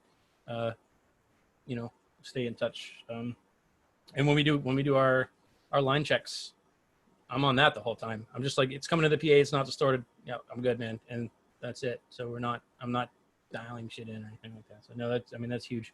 I told you guys the story last time about how the first time I did a big fucking show, they didn't have talkback out there. And I had to call my drummer on the cell phone because I had no way to talk to the stage. And we did like a week of small clubs where I could just be like, let me get kicked, right? And then now all of a sudden there's 4,000 people in this huge room, and I'm like, I fucking can't talk to anybody. And so the venue, they didn't have a talk thing. So don't underestimate that stuff. That's something that's not important until it's really fucking important, right? I'm swearing up a storm on your show. That's fine. Must have been the turkey milk. Can't imagine there's going to be many children watching. You never know, man. On YouTube. You never know. Well, when we upload this, we don't click that this is intended for children. This is not intended for children. I'm not on after the Teletubbies. Okay. Yeah. But the thing is, Michael, you mentioned about the talkback mic thing. I've always, like, whenever I go a gig that isn't on my usual places, I always, even if it's just a 57 with like a short 3-foot or 5-foot XLR, I just bring with me just for mic. I would obviously prefer a switch one, but just having some kind of mic where it'd be like, all right, this will give me some form of line of communication going, and which I've yet to use it because most of the time, but just always it's like one of those. It's like a fire extinguisher. You don't want to use it, but knowing you have it just like removes a level of stress that you can then focus on everything. And kind of unless you have something else, I was like, there's a few little things I want to piggyback that you had mentioned about it. Not to talk back, but like with how to keep the job was, there was an artist who I'd worked with twice before at 2 different festivals. As again, being the traveling house guy, I've yet to really have a reoccurring artist, like maybe once, but I remember this one with a world music artist where I'd done them twice. And the second time, there was just annoying snafu. I'm not going to get into too much detail. Where the piano player, he had a grand piano, but there was issues with monitors and stuff. And again, long story short, he only could use his electric piano, which sounded fine, but it was just one of those things that stuck in my head where it's just like, I felt really bad for the piano player because he was a really, really good piano player. And I'm like, man, I would have loved to have heard him on it. So next show, which was like a good year or so later, I made sure that he got attention. Like once the band was all set up, he had just brought his electric piano, and another snafu. He didn't get the acoustic one, but that's another story for another time.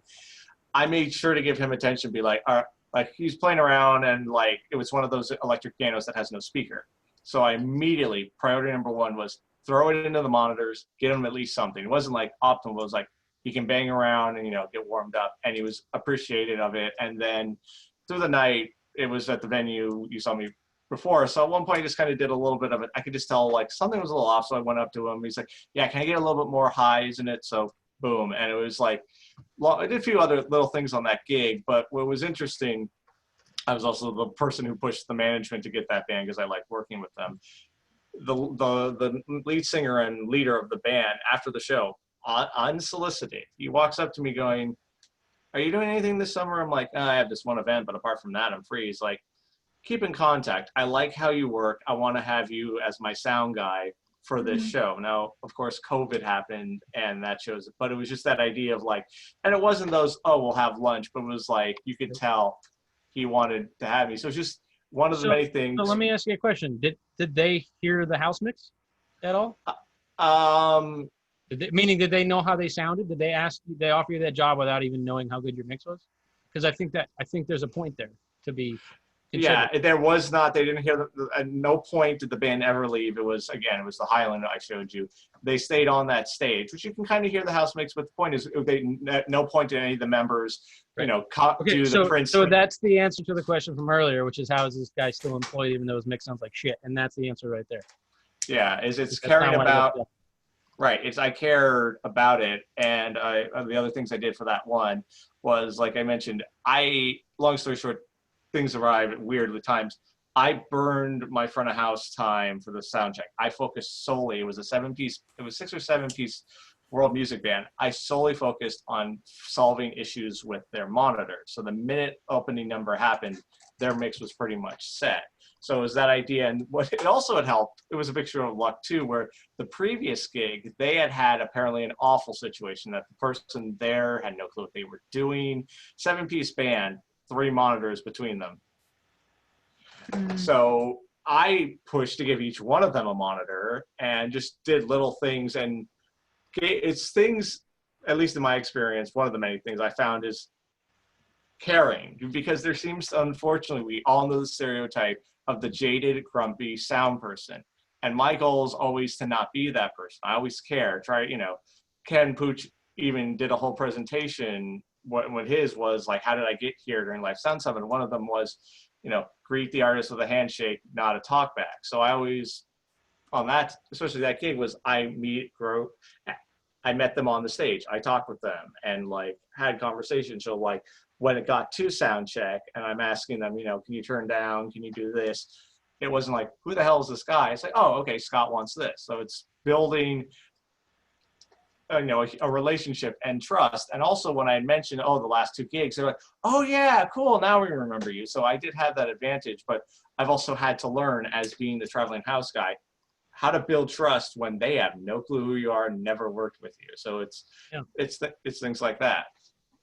Getting off on the right foot is so important, making that first impression a positive one. Yeah, that's the idiot check, right? I'm going to know if I step into your venue, I'm going to know within 20 seconds whether or not you're a moron. And I'm going to make up my mind about how shitty today is going to be or how fun today is going to be based on that first 20 seconds, right? So that's a huge thing. And I've had to be on both sides of that conversation, and that's another topic for y'all to talk about. But when someone comes into my venue, what am I doing to make sure that they know that I'm there to take care? My goal is not to make sure that they know that I know things about sound. That's not the goal. The goal is, what can I do to let them know that I'm invested and I want to have a good day and I'm here to get them whatever they need, and they should feel free and comfortable to come and ask me for things, right? And it really runs the gamut. Sometimes they're like, hey man, I'm good. Just, check back with me in an hour. Okay, cool. Right. And I'm off. I'll go have lunch. Right. And some of them are like, I've never used this console before. You need to mix the show for me. And it could be anywhere in between. So I think managing the expectation of hey, can you let me know what's helpful to you? And I want to, Scott, there was a venue that I thought of this when you were talking. There's a venue that I worked at where the ClearComm was hardwired through all the walls. And it also played out over the PA speaker in the dressing rooms. Because for theater, that's sometimes a useful thing. The dancers are listening for a certain cue to come out, right? But talk about don't say anything over the comm that you wouldn't want the artist to hear. That's the ultimate reason why, right? Because it's being piped into their dressing room. So that's a big one is my whole thing is let's pretend that everything I'm saying is going to come out the PA, right? Do I still want to say that? Probably that's not. a good tip. my friend was on a big major artist tour. I won't say the name, I almost did, last summer. And his whole thing was their artists had a production radio. And they would listen to everything that was said on the radio. So you can't say something like, hey, I got a problem with the console up. They had to speak very carefully about if there was a problem, because the artist would come out. What's going on with the console? No, go back in the dressing room. And Ryan said that to me the other day. He said, your artist can never know you had a problem. It doesn't matter what you went through with your wave server or whatever. When they step foot on that stage, everything's got to be perfect. They can't know that everything wasn't perfect. They can't know. Again, that's down to that instilling confidence. Right. Yeah, even on that gig where the guy had said, I want you for the summer gig, I had so many issues related to that. I had some that just, even before they stepped in the door, that I had to fight. But they know that. Professionals know that things happen. It's all about how you deal with it, man. 100% how you deal with it. I mean, I've seen some pretty major fuck ups go down, but there's people who lose their shit and there's people who all right, here's what we're going to do. And they just jump right in. And, that could be a heated moment.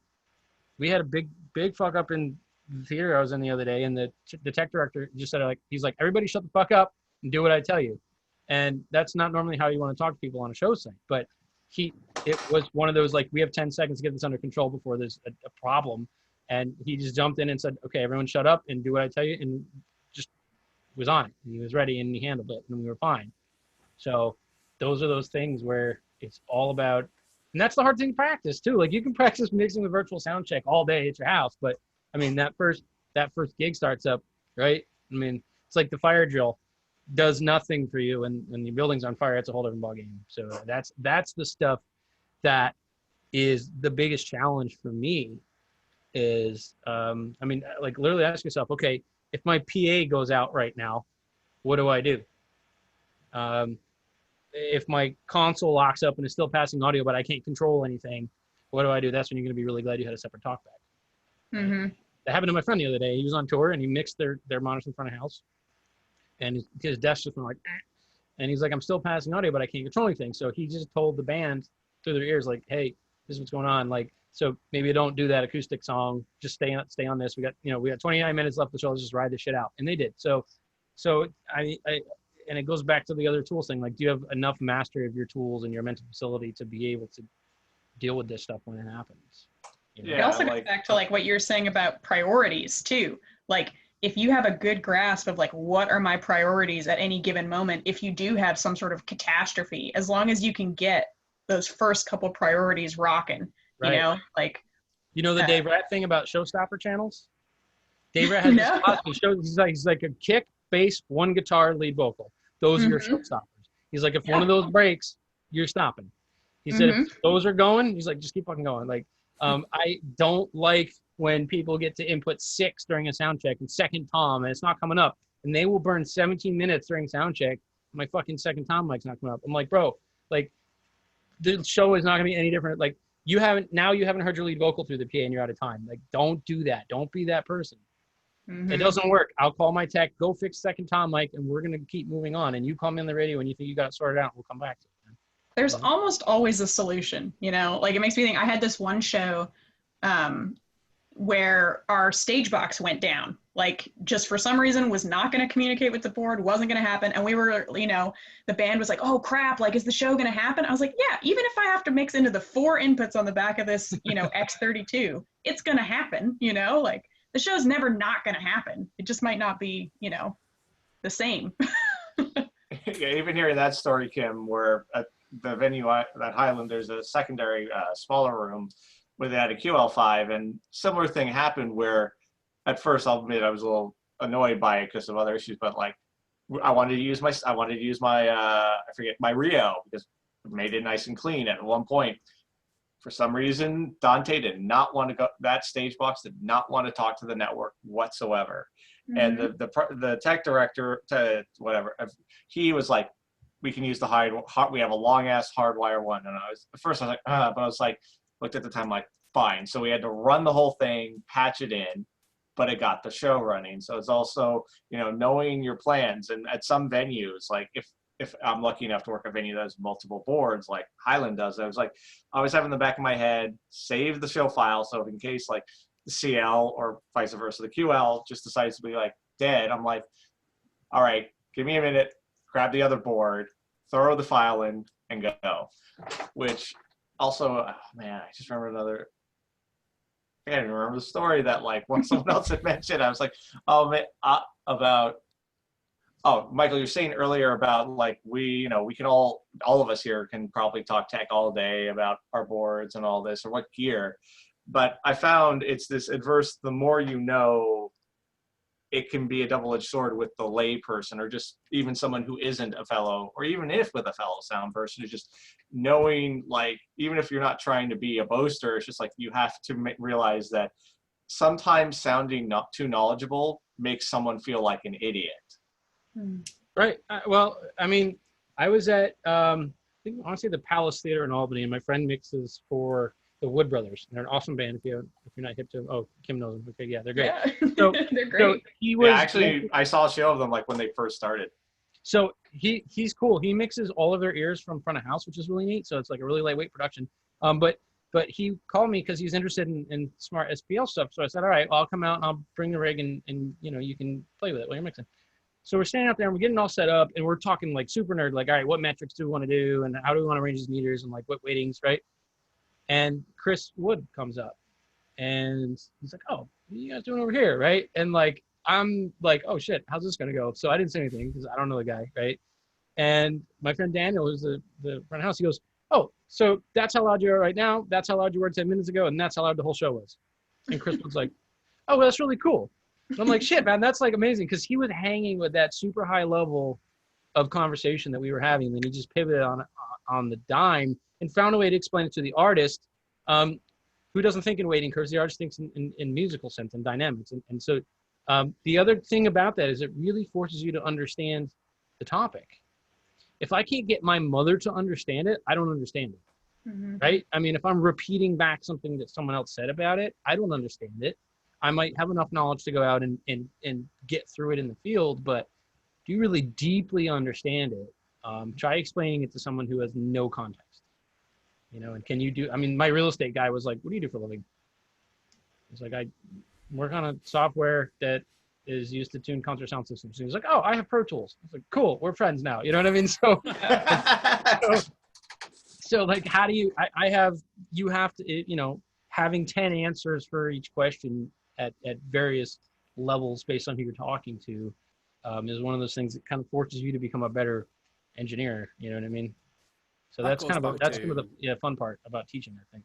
Yeah, and that goes back to the confidence thing as well. If you're working for an artist and they ask you a question, if you can explain what it is that you're doing in a way that they can understand, then you hear so many people spewing out all this information that quite often just sounds like bullshit. You know, well, I think, I would say the same thing about that as I would say about what I said about system design. What's the goal? Yeah. I was working with this band and they had a kick mic that I don't like, and I said, they're like, what should we do? And I said, I would really like to replace the kick mic. I want to get a D6. And they said, what's wrong with the current one? And I started off by saying it sounds like shit, which is a statement I've learned not to make, right? But the lead guitar player of this band, his day job is that he designs aircraft. He's an aeronautical engineer. So he was like, no, make a better statement than that. And I was like, I think it has lousy transient response and it's way too resonant in the mid-range. He's like, okay, order the D6, right? So again, it putting it in their terms doesn't necessarily mean dumbing it down. Mm-hmm. It just means putting it in a way that they're going to understand. So I can say to a guitar player, you know, if there's a difference between saying your guitar sounds a little harsh and there's a little too much 1K and saying maybe you should use the middle pickup, right? Or I mean, do we know the basic parts of a song? That's a good thing to say. Like, you able to say to the band, like, okay, I lost the keyboards during the bridge, instead of 2 minutes and 14 seconds in. Yeah, speaking their language for sure. Right. And my background is not in audio. I went to music school, and it has nothing to do with tuning PAs or teaching people how to use analyzers, but it has an awful lot to do with being able to talk to an artist in a way that makes them feel comfortable and is effective, right? And being able to build that bridge where I don't have to explain to you all of the nerdy math things that are happening in my head, but I can talk to you in a way that is going to get us what we want, right? We're gonna get the results that we're shooting for. Yeah, results oriented. I was working this weekend on a wedding and like they sprung ceremony sound on me at like the last possible minute. And like I had no information. They were just like, make it happen. And so I was setting it up and she was saying, I had the officiant mic like all ready to go. And she was like, oh, and this is our reader. And I was like, oh, do you want a mic for the reader? And she was like, no, she's just going to stand super close to the officiant and then Mike will pick it up. And it was like a headset mic. It was a whole mess. And instead of saying, no, because I started and you could see her face being like, why? Like, we have 5 minutes. Why are you saying no to this? Like, let's just move on. And instead, she was just looking for what's the next step? Like, no is not going to work. What is your next suggestion? You know, and I just started throwing out like, well, I could have a wired mic on a stand. Well, a stand is ugly. Well, I might be able to go dig up a wireless mic from back there, but it'll take a half hour, you know, like, sometimes people don't want to talk about it. They just want to know, what are we going to do next? You know, like no no's. Yeah, that's great. Well, I always talk about making the Ryan John Day calendar because he says so many smart things, but this is one of them. He's like, don't tell an artist no. Like, don't tell him you can't do something. So like if I'm a crew chief and I have a great A2, he's awesome at this. There's an issue. He will never just come to me and say like, this fucking broke. Like Yeah. that's not the conversation. He's tried to make it happen. And if he feels he needs to come to me with it, that means he's already decided that it's, you know, he now needs some guidance. And that's the point at which I want you to come to me. Don't come to me every time you find a bad XLR cable in the bin. I don't need that, right? But he will always be like, do you want me to do this or do you want me to do this? Yeah. He's for thought sure. about it. He's got some solutions. He wants to know what we want to do. He came to me with a well thought out plan. You know what I mean? That's one of the reasons that I call him for every show. If I can have one crew person, I call him, right? And I've actually convinced the person who does the labor booking at the company here that even though this guy costs more than the average hand that we hire, that he's worth the extra $4 an hour or whatever it is, because he makes everybody's day easier and things go quicker, right? And that's just better all around. So yeah, I think no on its own is a trap.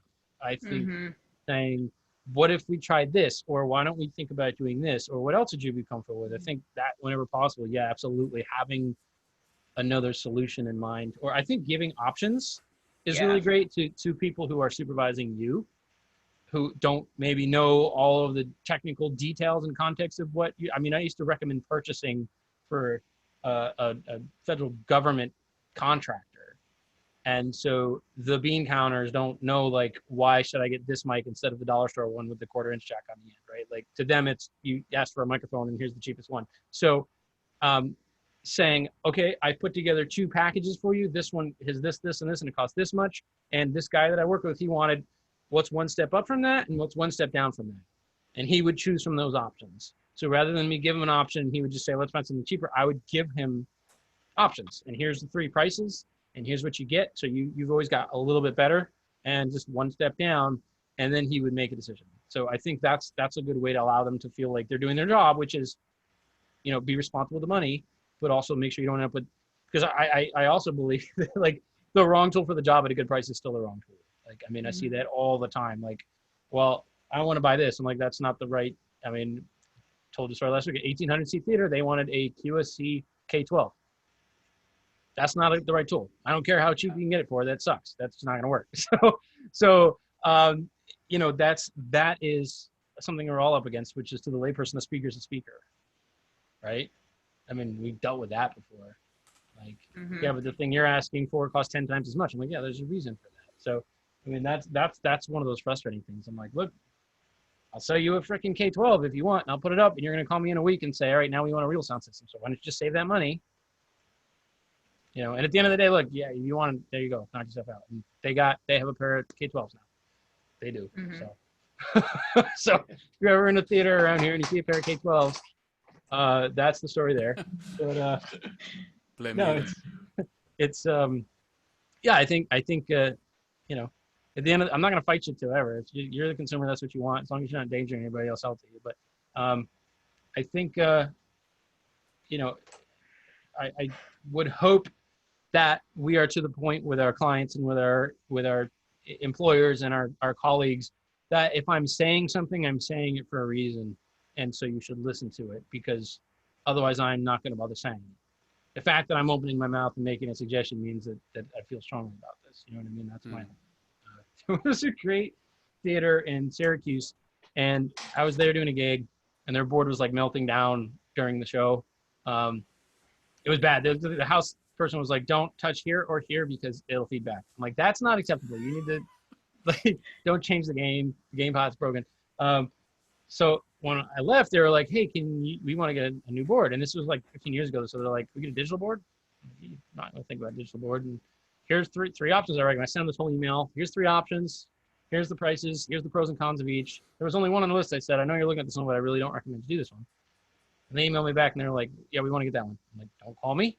Don't call me for training. Don't call me when you don't like it. That's on you. Like, you have to understand that I'm saying this for a reason. I'm not just saying it because it's fun to talk about. Like, so buy whatever you want, but you know, and that's the whole thing. This guy on eBay's got it for $100 less. All right, call him. What happens when it breaks? You know, I love Sweetwater. Fucking love Sweetwater, man. And they're not the cheapest all the time, but you know what? When something breaks, I call him and go, "Hey, Brendan, my shit broke." And he's like, "All right, put it in your garage." And the next day, a new one shows up, man. That's it. I'll pay for that. Absolutely, you know? Trust Yeah, no. again, you know? Yeah. Yeah. I to bounce off the Sweetwater thing, like I will tell people, like, look, you're not going to get the cheapest thing, but if and when this breaks, they will do everything within reason to try and help you. And that's several. Like, I had a power conditioner like go on the fritz, which let me tell you, that's some scary ass shit when one of those breaks on you. But they said, okay, immediately they're like, unfortunately, we have to go call this person. But they connected there, got me there, and within the day, went through the whole process and got a new one shipped. Which, on a fun topic, within this, another thing that I found, at least with my experience and also others, is like, yeah, we all can mix when the show is going right, gains set perfectly, but it's when things go wrong, how do you do in that scenario? Because one of the places I work at, one time the director decided to, for just one gig, was like, oh, Scott, we don't need you for this. I'm like, okay. The guy didn't know how to patch the system back in to even get it so that the board saw the stage box, which is on that board. I'm like, not that actual hard. It was, boop, boop, and that. But I'm like, when I was overheard like the fallout of it, it's like, if he's such a great sound person, how could he not figure out something so simple? And it wasn't like some huge, like you have to dig through 10 menus. It was boop, boop, patch. Isn't that, I mean, that's a really interesting point though, because I have a friend who's a really good mixer. But as soon as they have to make a technical decision, it's out the window. Right? So, I mean, we're talking about different skills here. Like, I don't get paid to push faders up and down. Now, I do okay with that. There are a lot of people who do much better than that, than I do. But it's all fun and games until something breaks. Something goes down, right? The fact that I might be able to get your show back up in 30 seconds and the next person might be 2 hours. Mm-hmm. That is a big deal. A big deal. So I reject the argument that, oh, I'm just artistic and I just do whatever I do to make it sound nice and I don't worry about all that stuff. Well, that is someday going to be forced upon you to care about that. You know what I mean? Like, being able to put a nice mix together is a part of this job, but it is far from, I mean, okay, so a show day, right, 14 hours for me, 90 minutes is mixing, 90 minutes. So if you can't do the other 12 and a half hours, you have a problem. I would posit. Now, there are people out there whose gig is to walk up to the console and mix and then leave, but most of us can't do that. There's my phone call, so excuse me. Thanks, Michael. Thanks for your time.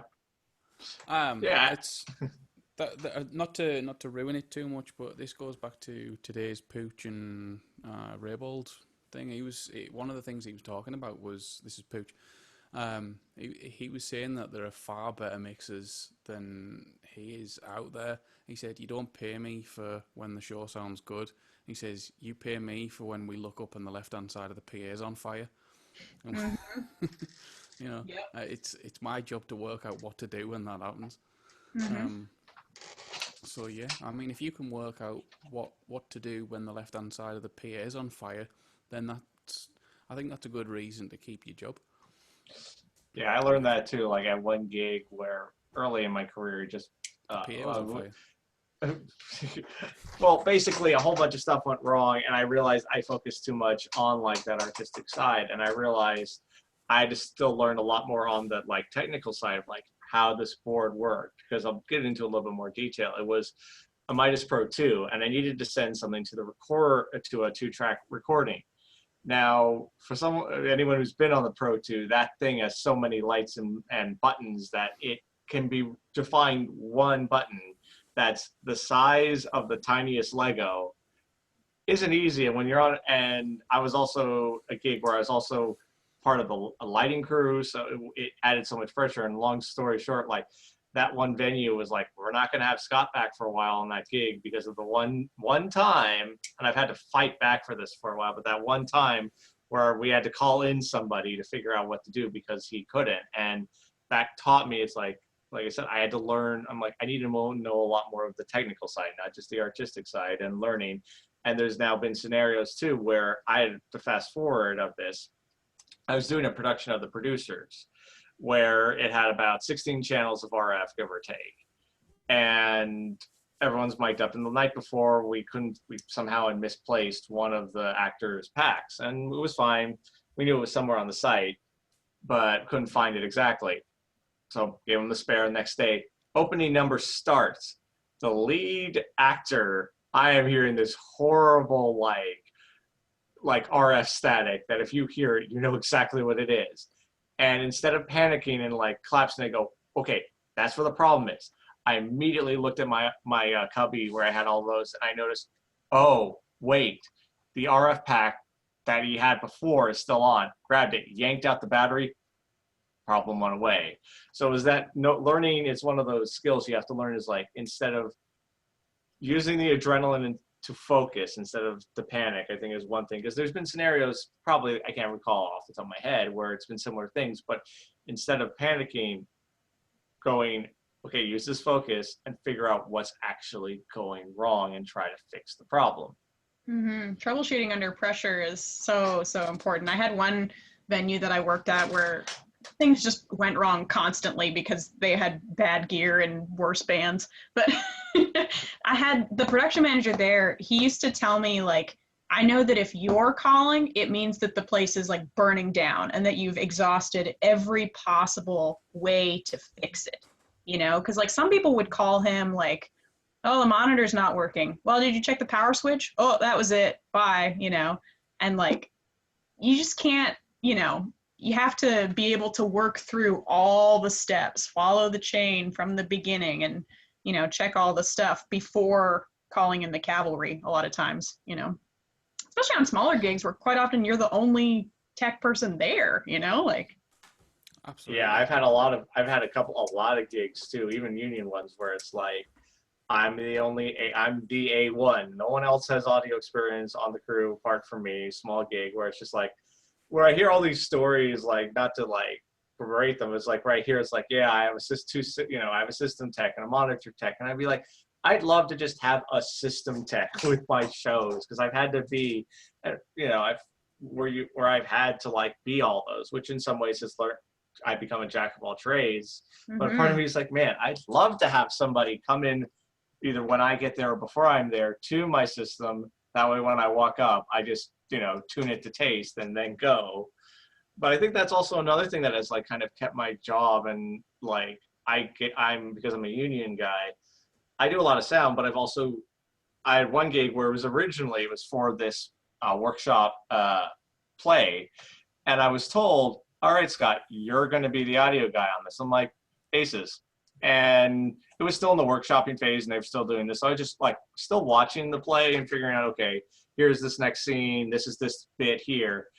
And at the end, I talked to the stage manager going, am I going to do audio on this? And he's like, yeah, you might have to do lights, because we realized either I or someone else is going to be it's literally firing audio cues. There's going to be no moving of faders apart from like this one moment. So, but we don't have an audio person. You're still going to get your rates as the A1, but I'm like, all right, cool. So I had previously had experience as a light board op. So it was an ETC Ion. And when we got there, I'm like, so I at least knew the show more from the audio side, but it's like, I also had the skill of like, especially with theatrical, of being able to listen to your stage manager call off cues is really important.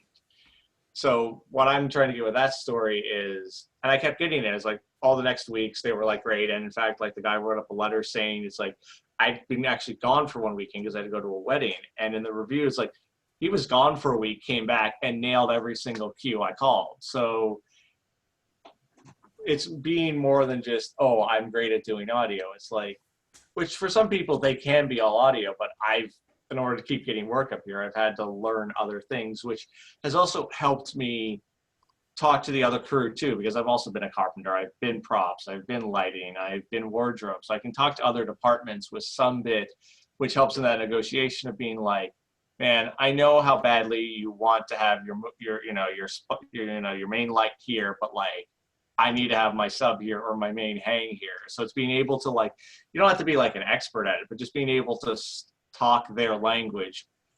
You know, there'll be some cases where they're just not going to budge, but being able to talk their language makes it so, okay, let's figure out something.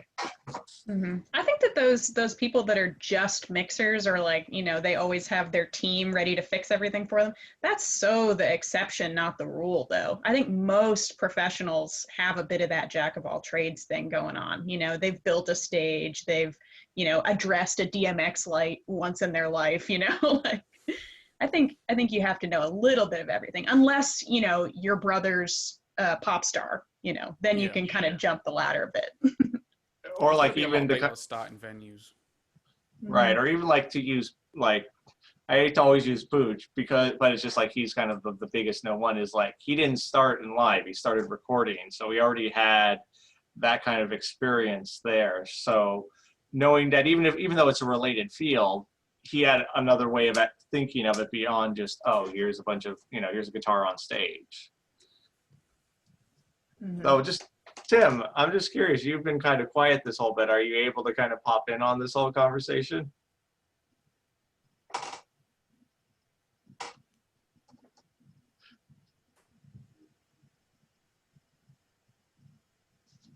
Well, okay, Liam, while we're waiting for Tim, it's like, well, what do you feel like in your experience, like Liam, what has gone it where it's like you got that gig on the tour, obviously you got, unfortunately, because of COVID, but like, what do you feel were the things you did that got you to that position? What got me to the position of being asked to be part of the tour? Yeah. Well, I think we've covered most of what I would say has got me asked to do that work. I think I'm quite personable. I might not seem it on these Zoom chats because usually I've been up since 6 o'clock in the morning with a 4-year-old, and at this point in the call it's 10:30 at night, so it's at this point in the day being quite long. I am fairly personable when it comes to working with people. A good working attitude. I think if you come across as someone who works hard, who doesn't constantly have to be told to, you know, what is there a reason that you sat on a flight case? Well, is there something to do? You know, you should be actively seeking things to do. You know, you'll soon learn when there are times when you can go and grab yourself a coffee or go for a smoke break if you smoke, or go, you know, whatever. You know, make yourself available. I think being friendly with the band or artist or whoever it is that you're working with, if it's a corporate gig, making some kind of effort to talk to somebody, whether it's actually the person who's going to be stood up on the stage, or maybe they've got some sort of assistant that's helping set things up. You know, if you're friendly with them, that helps the day go a lot more smoothly, and people remember that kind of thing. It's just, don't be a dick. It really does stick in people's minds. If you can come across within the first once or maybe two times of meeting someone, if you can give the impression that you're the kind of person that they would like to spend some time with, you know, like they wouldn't be against the idea of being on a bus with you, or stuck in the same room as you, or, you know, sat beside you eating lunch, that, and the fact that you're the type of person who gets the job done, then, you know, don't be a dick. Have a wash. You know, don't smell bad. Yeah, That deodorant. Which Yeah. is, it's just an interesting thing also, Liam, is like on the, well, it's an obvious one, is don't be a dick, but like you mentioned about, you know, it's 10 at night where you are. But what's interesting too is like while it's a weird skill to have, I find it's important too, is like, especially as someone who's been the local crew, there's been some crews where I'm like, man, I hope they come again. And there's other crews where I'm like, I hope I never see that tour ever come through here. But one of the bits is, because I'm usually the local crew, we only are there unless I'm on a show crew. I'm there during load in and load out. So it's like, I get to see someone, not like, oh, I get to see them during the best time of the day. I see them during pretty much the worst parts of the day. Typically like really early in the morning where they barely have coffee in them. And at the end of the day where they're sweaty, tired, the highs run off of the show, and they got to get everything out the door. So there's been some people who have been really cool to like, and we all understood or like they'll say something and they'll be like, oh man, I'm sorry. And I'm sorry for being asked, but immediately by having that first bit of, they realize that I'm fine with that because it was like, we're all exhausted. But then there's people who like, there was one lighting LD who during the loadout for a show literally said to the entire local lighting crew, don't break my shit. Mm. And I was just like, I looked at my fellow like crew. I'm like, did she just say that? She's like, yeah. And then so I'm like thinking, I don't ever want to work with her. Which is Yeah. funny though. On the same show, the A1, she was like a ton of fun. Like we would chit chat. Like we had a lot of downtime. So it's like immediately it was just that difference between like I was just thinking, man, I would love to be on tour with our A2 because she seemed cool and like chit chatty and like really chill. And I'm like, you couldn't pay me to be with their LD. Yeah, we've had visiting crews who've come in, and if you're packing a truck at the end of the night, they've specifically told you the value of the rack that you're pushing up the ramp. Careful, that way that costs X amount. I don't care. It doesn't matter how much it costs. I'm not going to tip it over, or I'm certainly not going to tip it over any less because it costs more. I'm just going to do the job. We've had crews come through where, we would start coiling cables at the end of the night. Pretty standard thing for venue staff to do, start pulling in all the XLRs, and they've said, oh no, we'll coil them in. We like to know where they all are. Now, me and the other members of staff from the venue have, at that point, kind of sat back and sometimes just watched entire loadouts. We didn't enjoy doing that because we were the type of crew that just wanted to get the job done. But afterwards, we've always kind of asked each other, like, what kind of crews must these guys be running into in other venues that they can't trust them to coil some cables? Now, the guy that I'm thinking of specifically who told us not to coil his cables, the next time he came, he was fine and worked with him, quite a lot after that. And I think he just had some really bad experiences of other venue crews. I've also had production managers and production carpenters for musicals who've been. This is down to learning how to take other people. There's been a lot of people that have come through that have been doing the job for a long time, and they can sometimes be quite abrupt. If it's their job to get a set built and working within a time frame, that's exactly why they're employed, because they can put that together in that space of time. They can also take it down within a set time, because the longer it takes to take down, the longer it costs their company. So the faster they can do it safely, the better. So they're constantly cracking the whip, and they know exactly how hard they can push people in certain departments and at certain jobs. They know how fast a certain piece of set should be down on the deck, out the door. And sometimes they come across as maybe being a little bit rude, and you've just kind of got to let it go over your head and realise that these guys have just got a job to do. A lot of the newer members of our crew would often take it really personally, and you just hear them like huffing and puffing in the corner somewhere, moaning about how they're being talked to, and you just have to tell them, look, just get on with it. They're not shouting at you personally. They haven't said, they haven't called you an idiot or like screamed in your face or anything.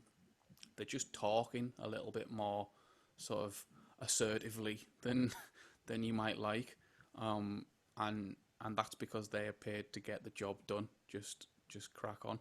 And I think if you can take that, I'm not talking about putting up with being talked to like shit. That's a whole different matter. But if you can realise that someone's just trying to do their job, and you can then come back with an equally sort of professional kind of demeanour, then that always works in your favour, because that same person probably won't be quite as forceful or abrupt when they're talking to you in the future, because they'll realise that they don't need to. But yeah, that's kind of what the time as venue staff was like, along with that ego stroking that I spoke of earlier. But yeah, I think don't be a dick, don't smell.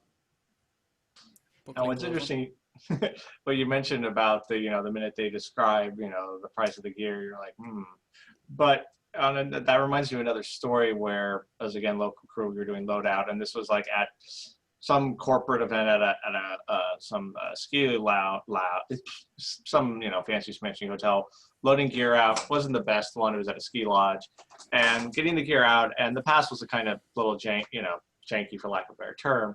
And we're trying to get the gear out and trying to do it efficiently and safely. And there was no real push, but at one point, I had the misfortune of I just happened to hit a crack at the wrong angle, and something was stacked on top of the road case and fell. And I'm like, I immediately just think, oh crap, I'm gonna get the shit yelled at me.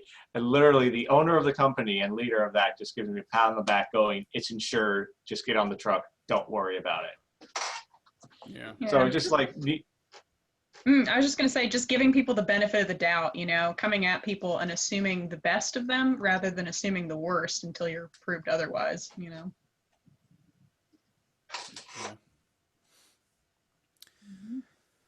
Right. Is it time to say goodnight, Scott? I think that's a good kind of. I think that's a good. Yeah, I think that's a good story and note, kind of just to end on at this point. One thing I will share, if I can manage to do this screen share, because I don't think I've ever done a screen share on Zoom.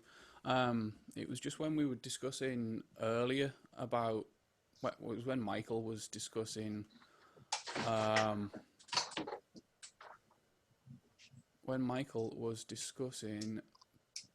asking, giving a customer what they need rather than what they want. How do I...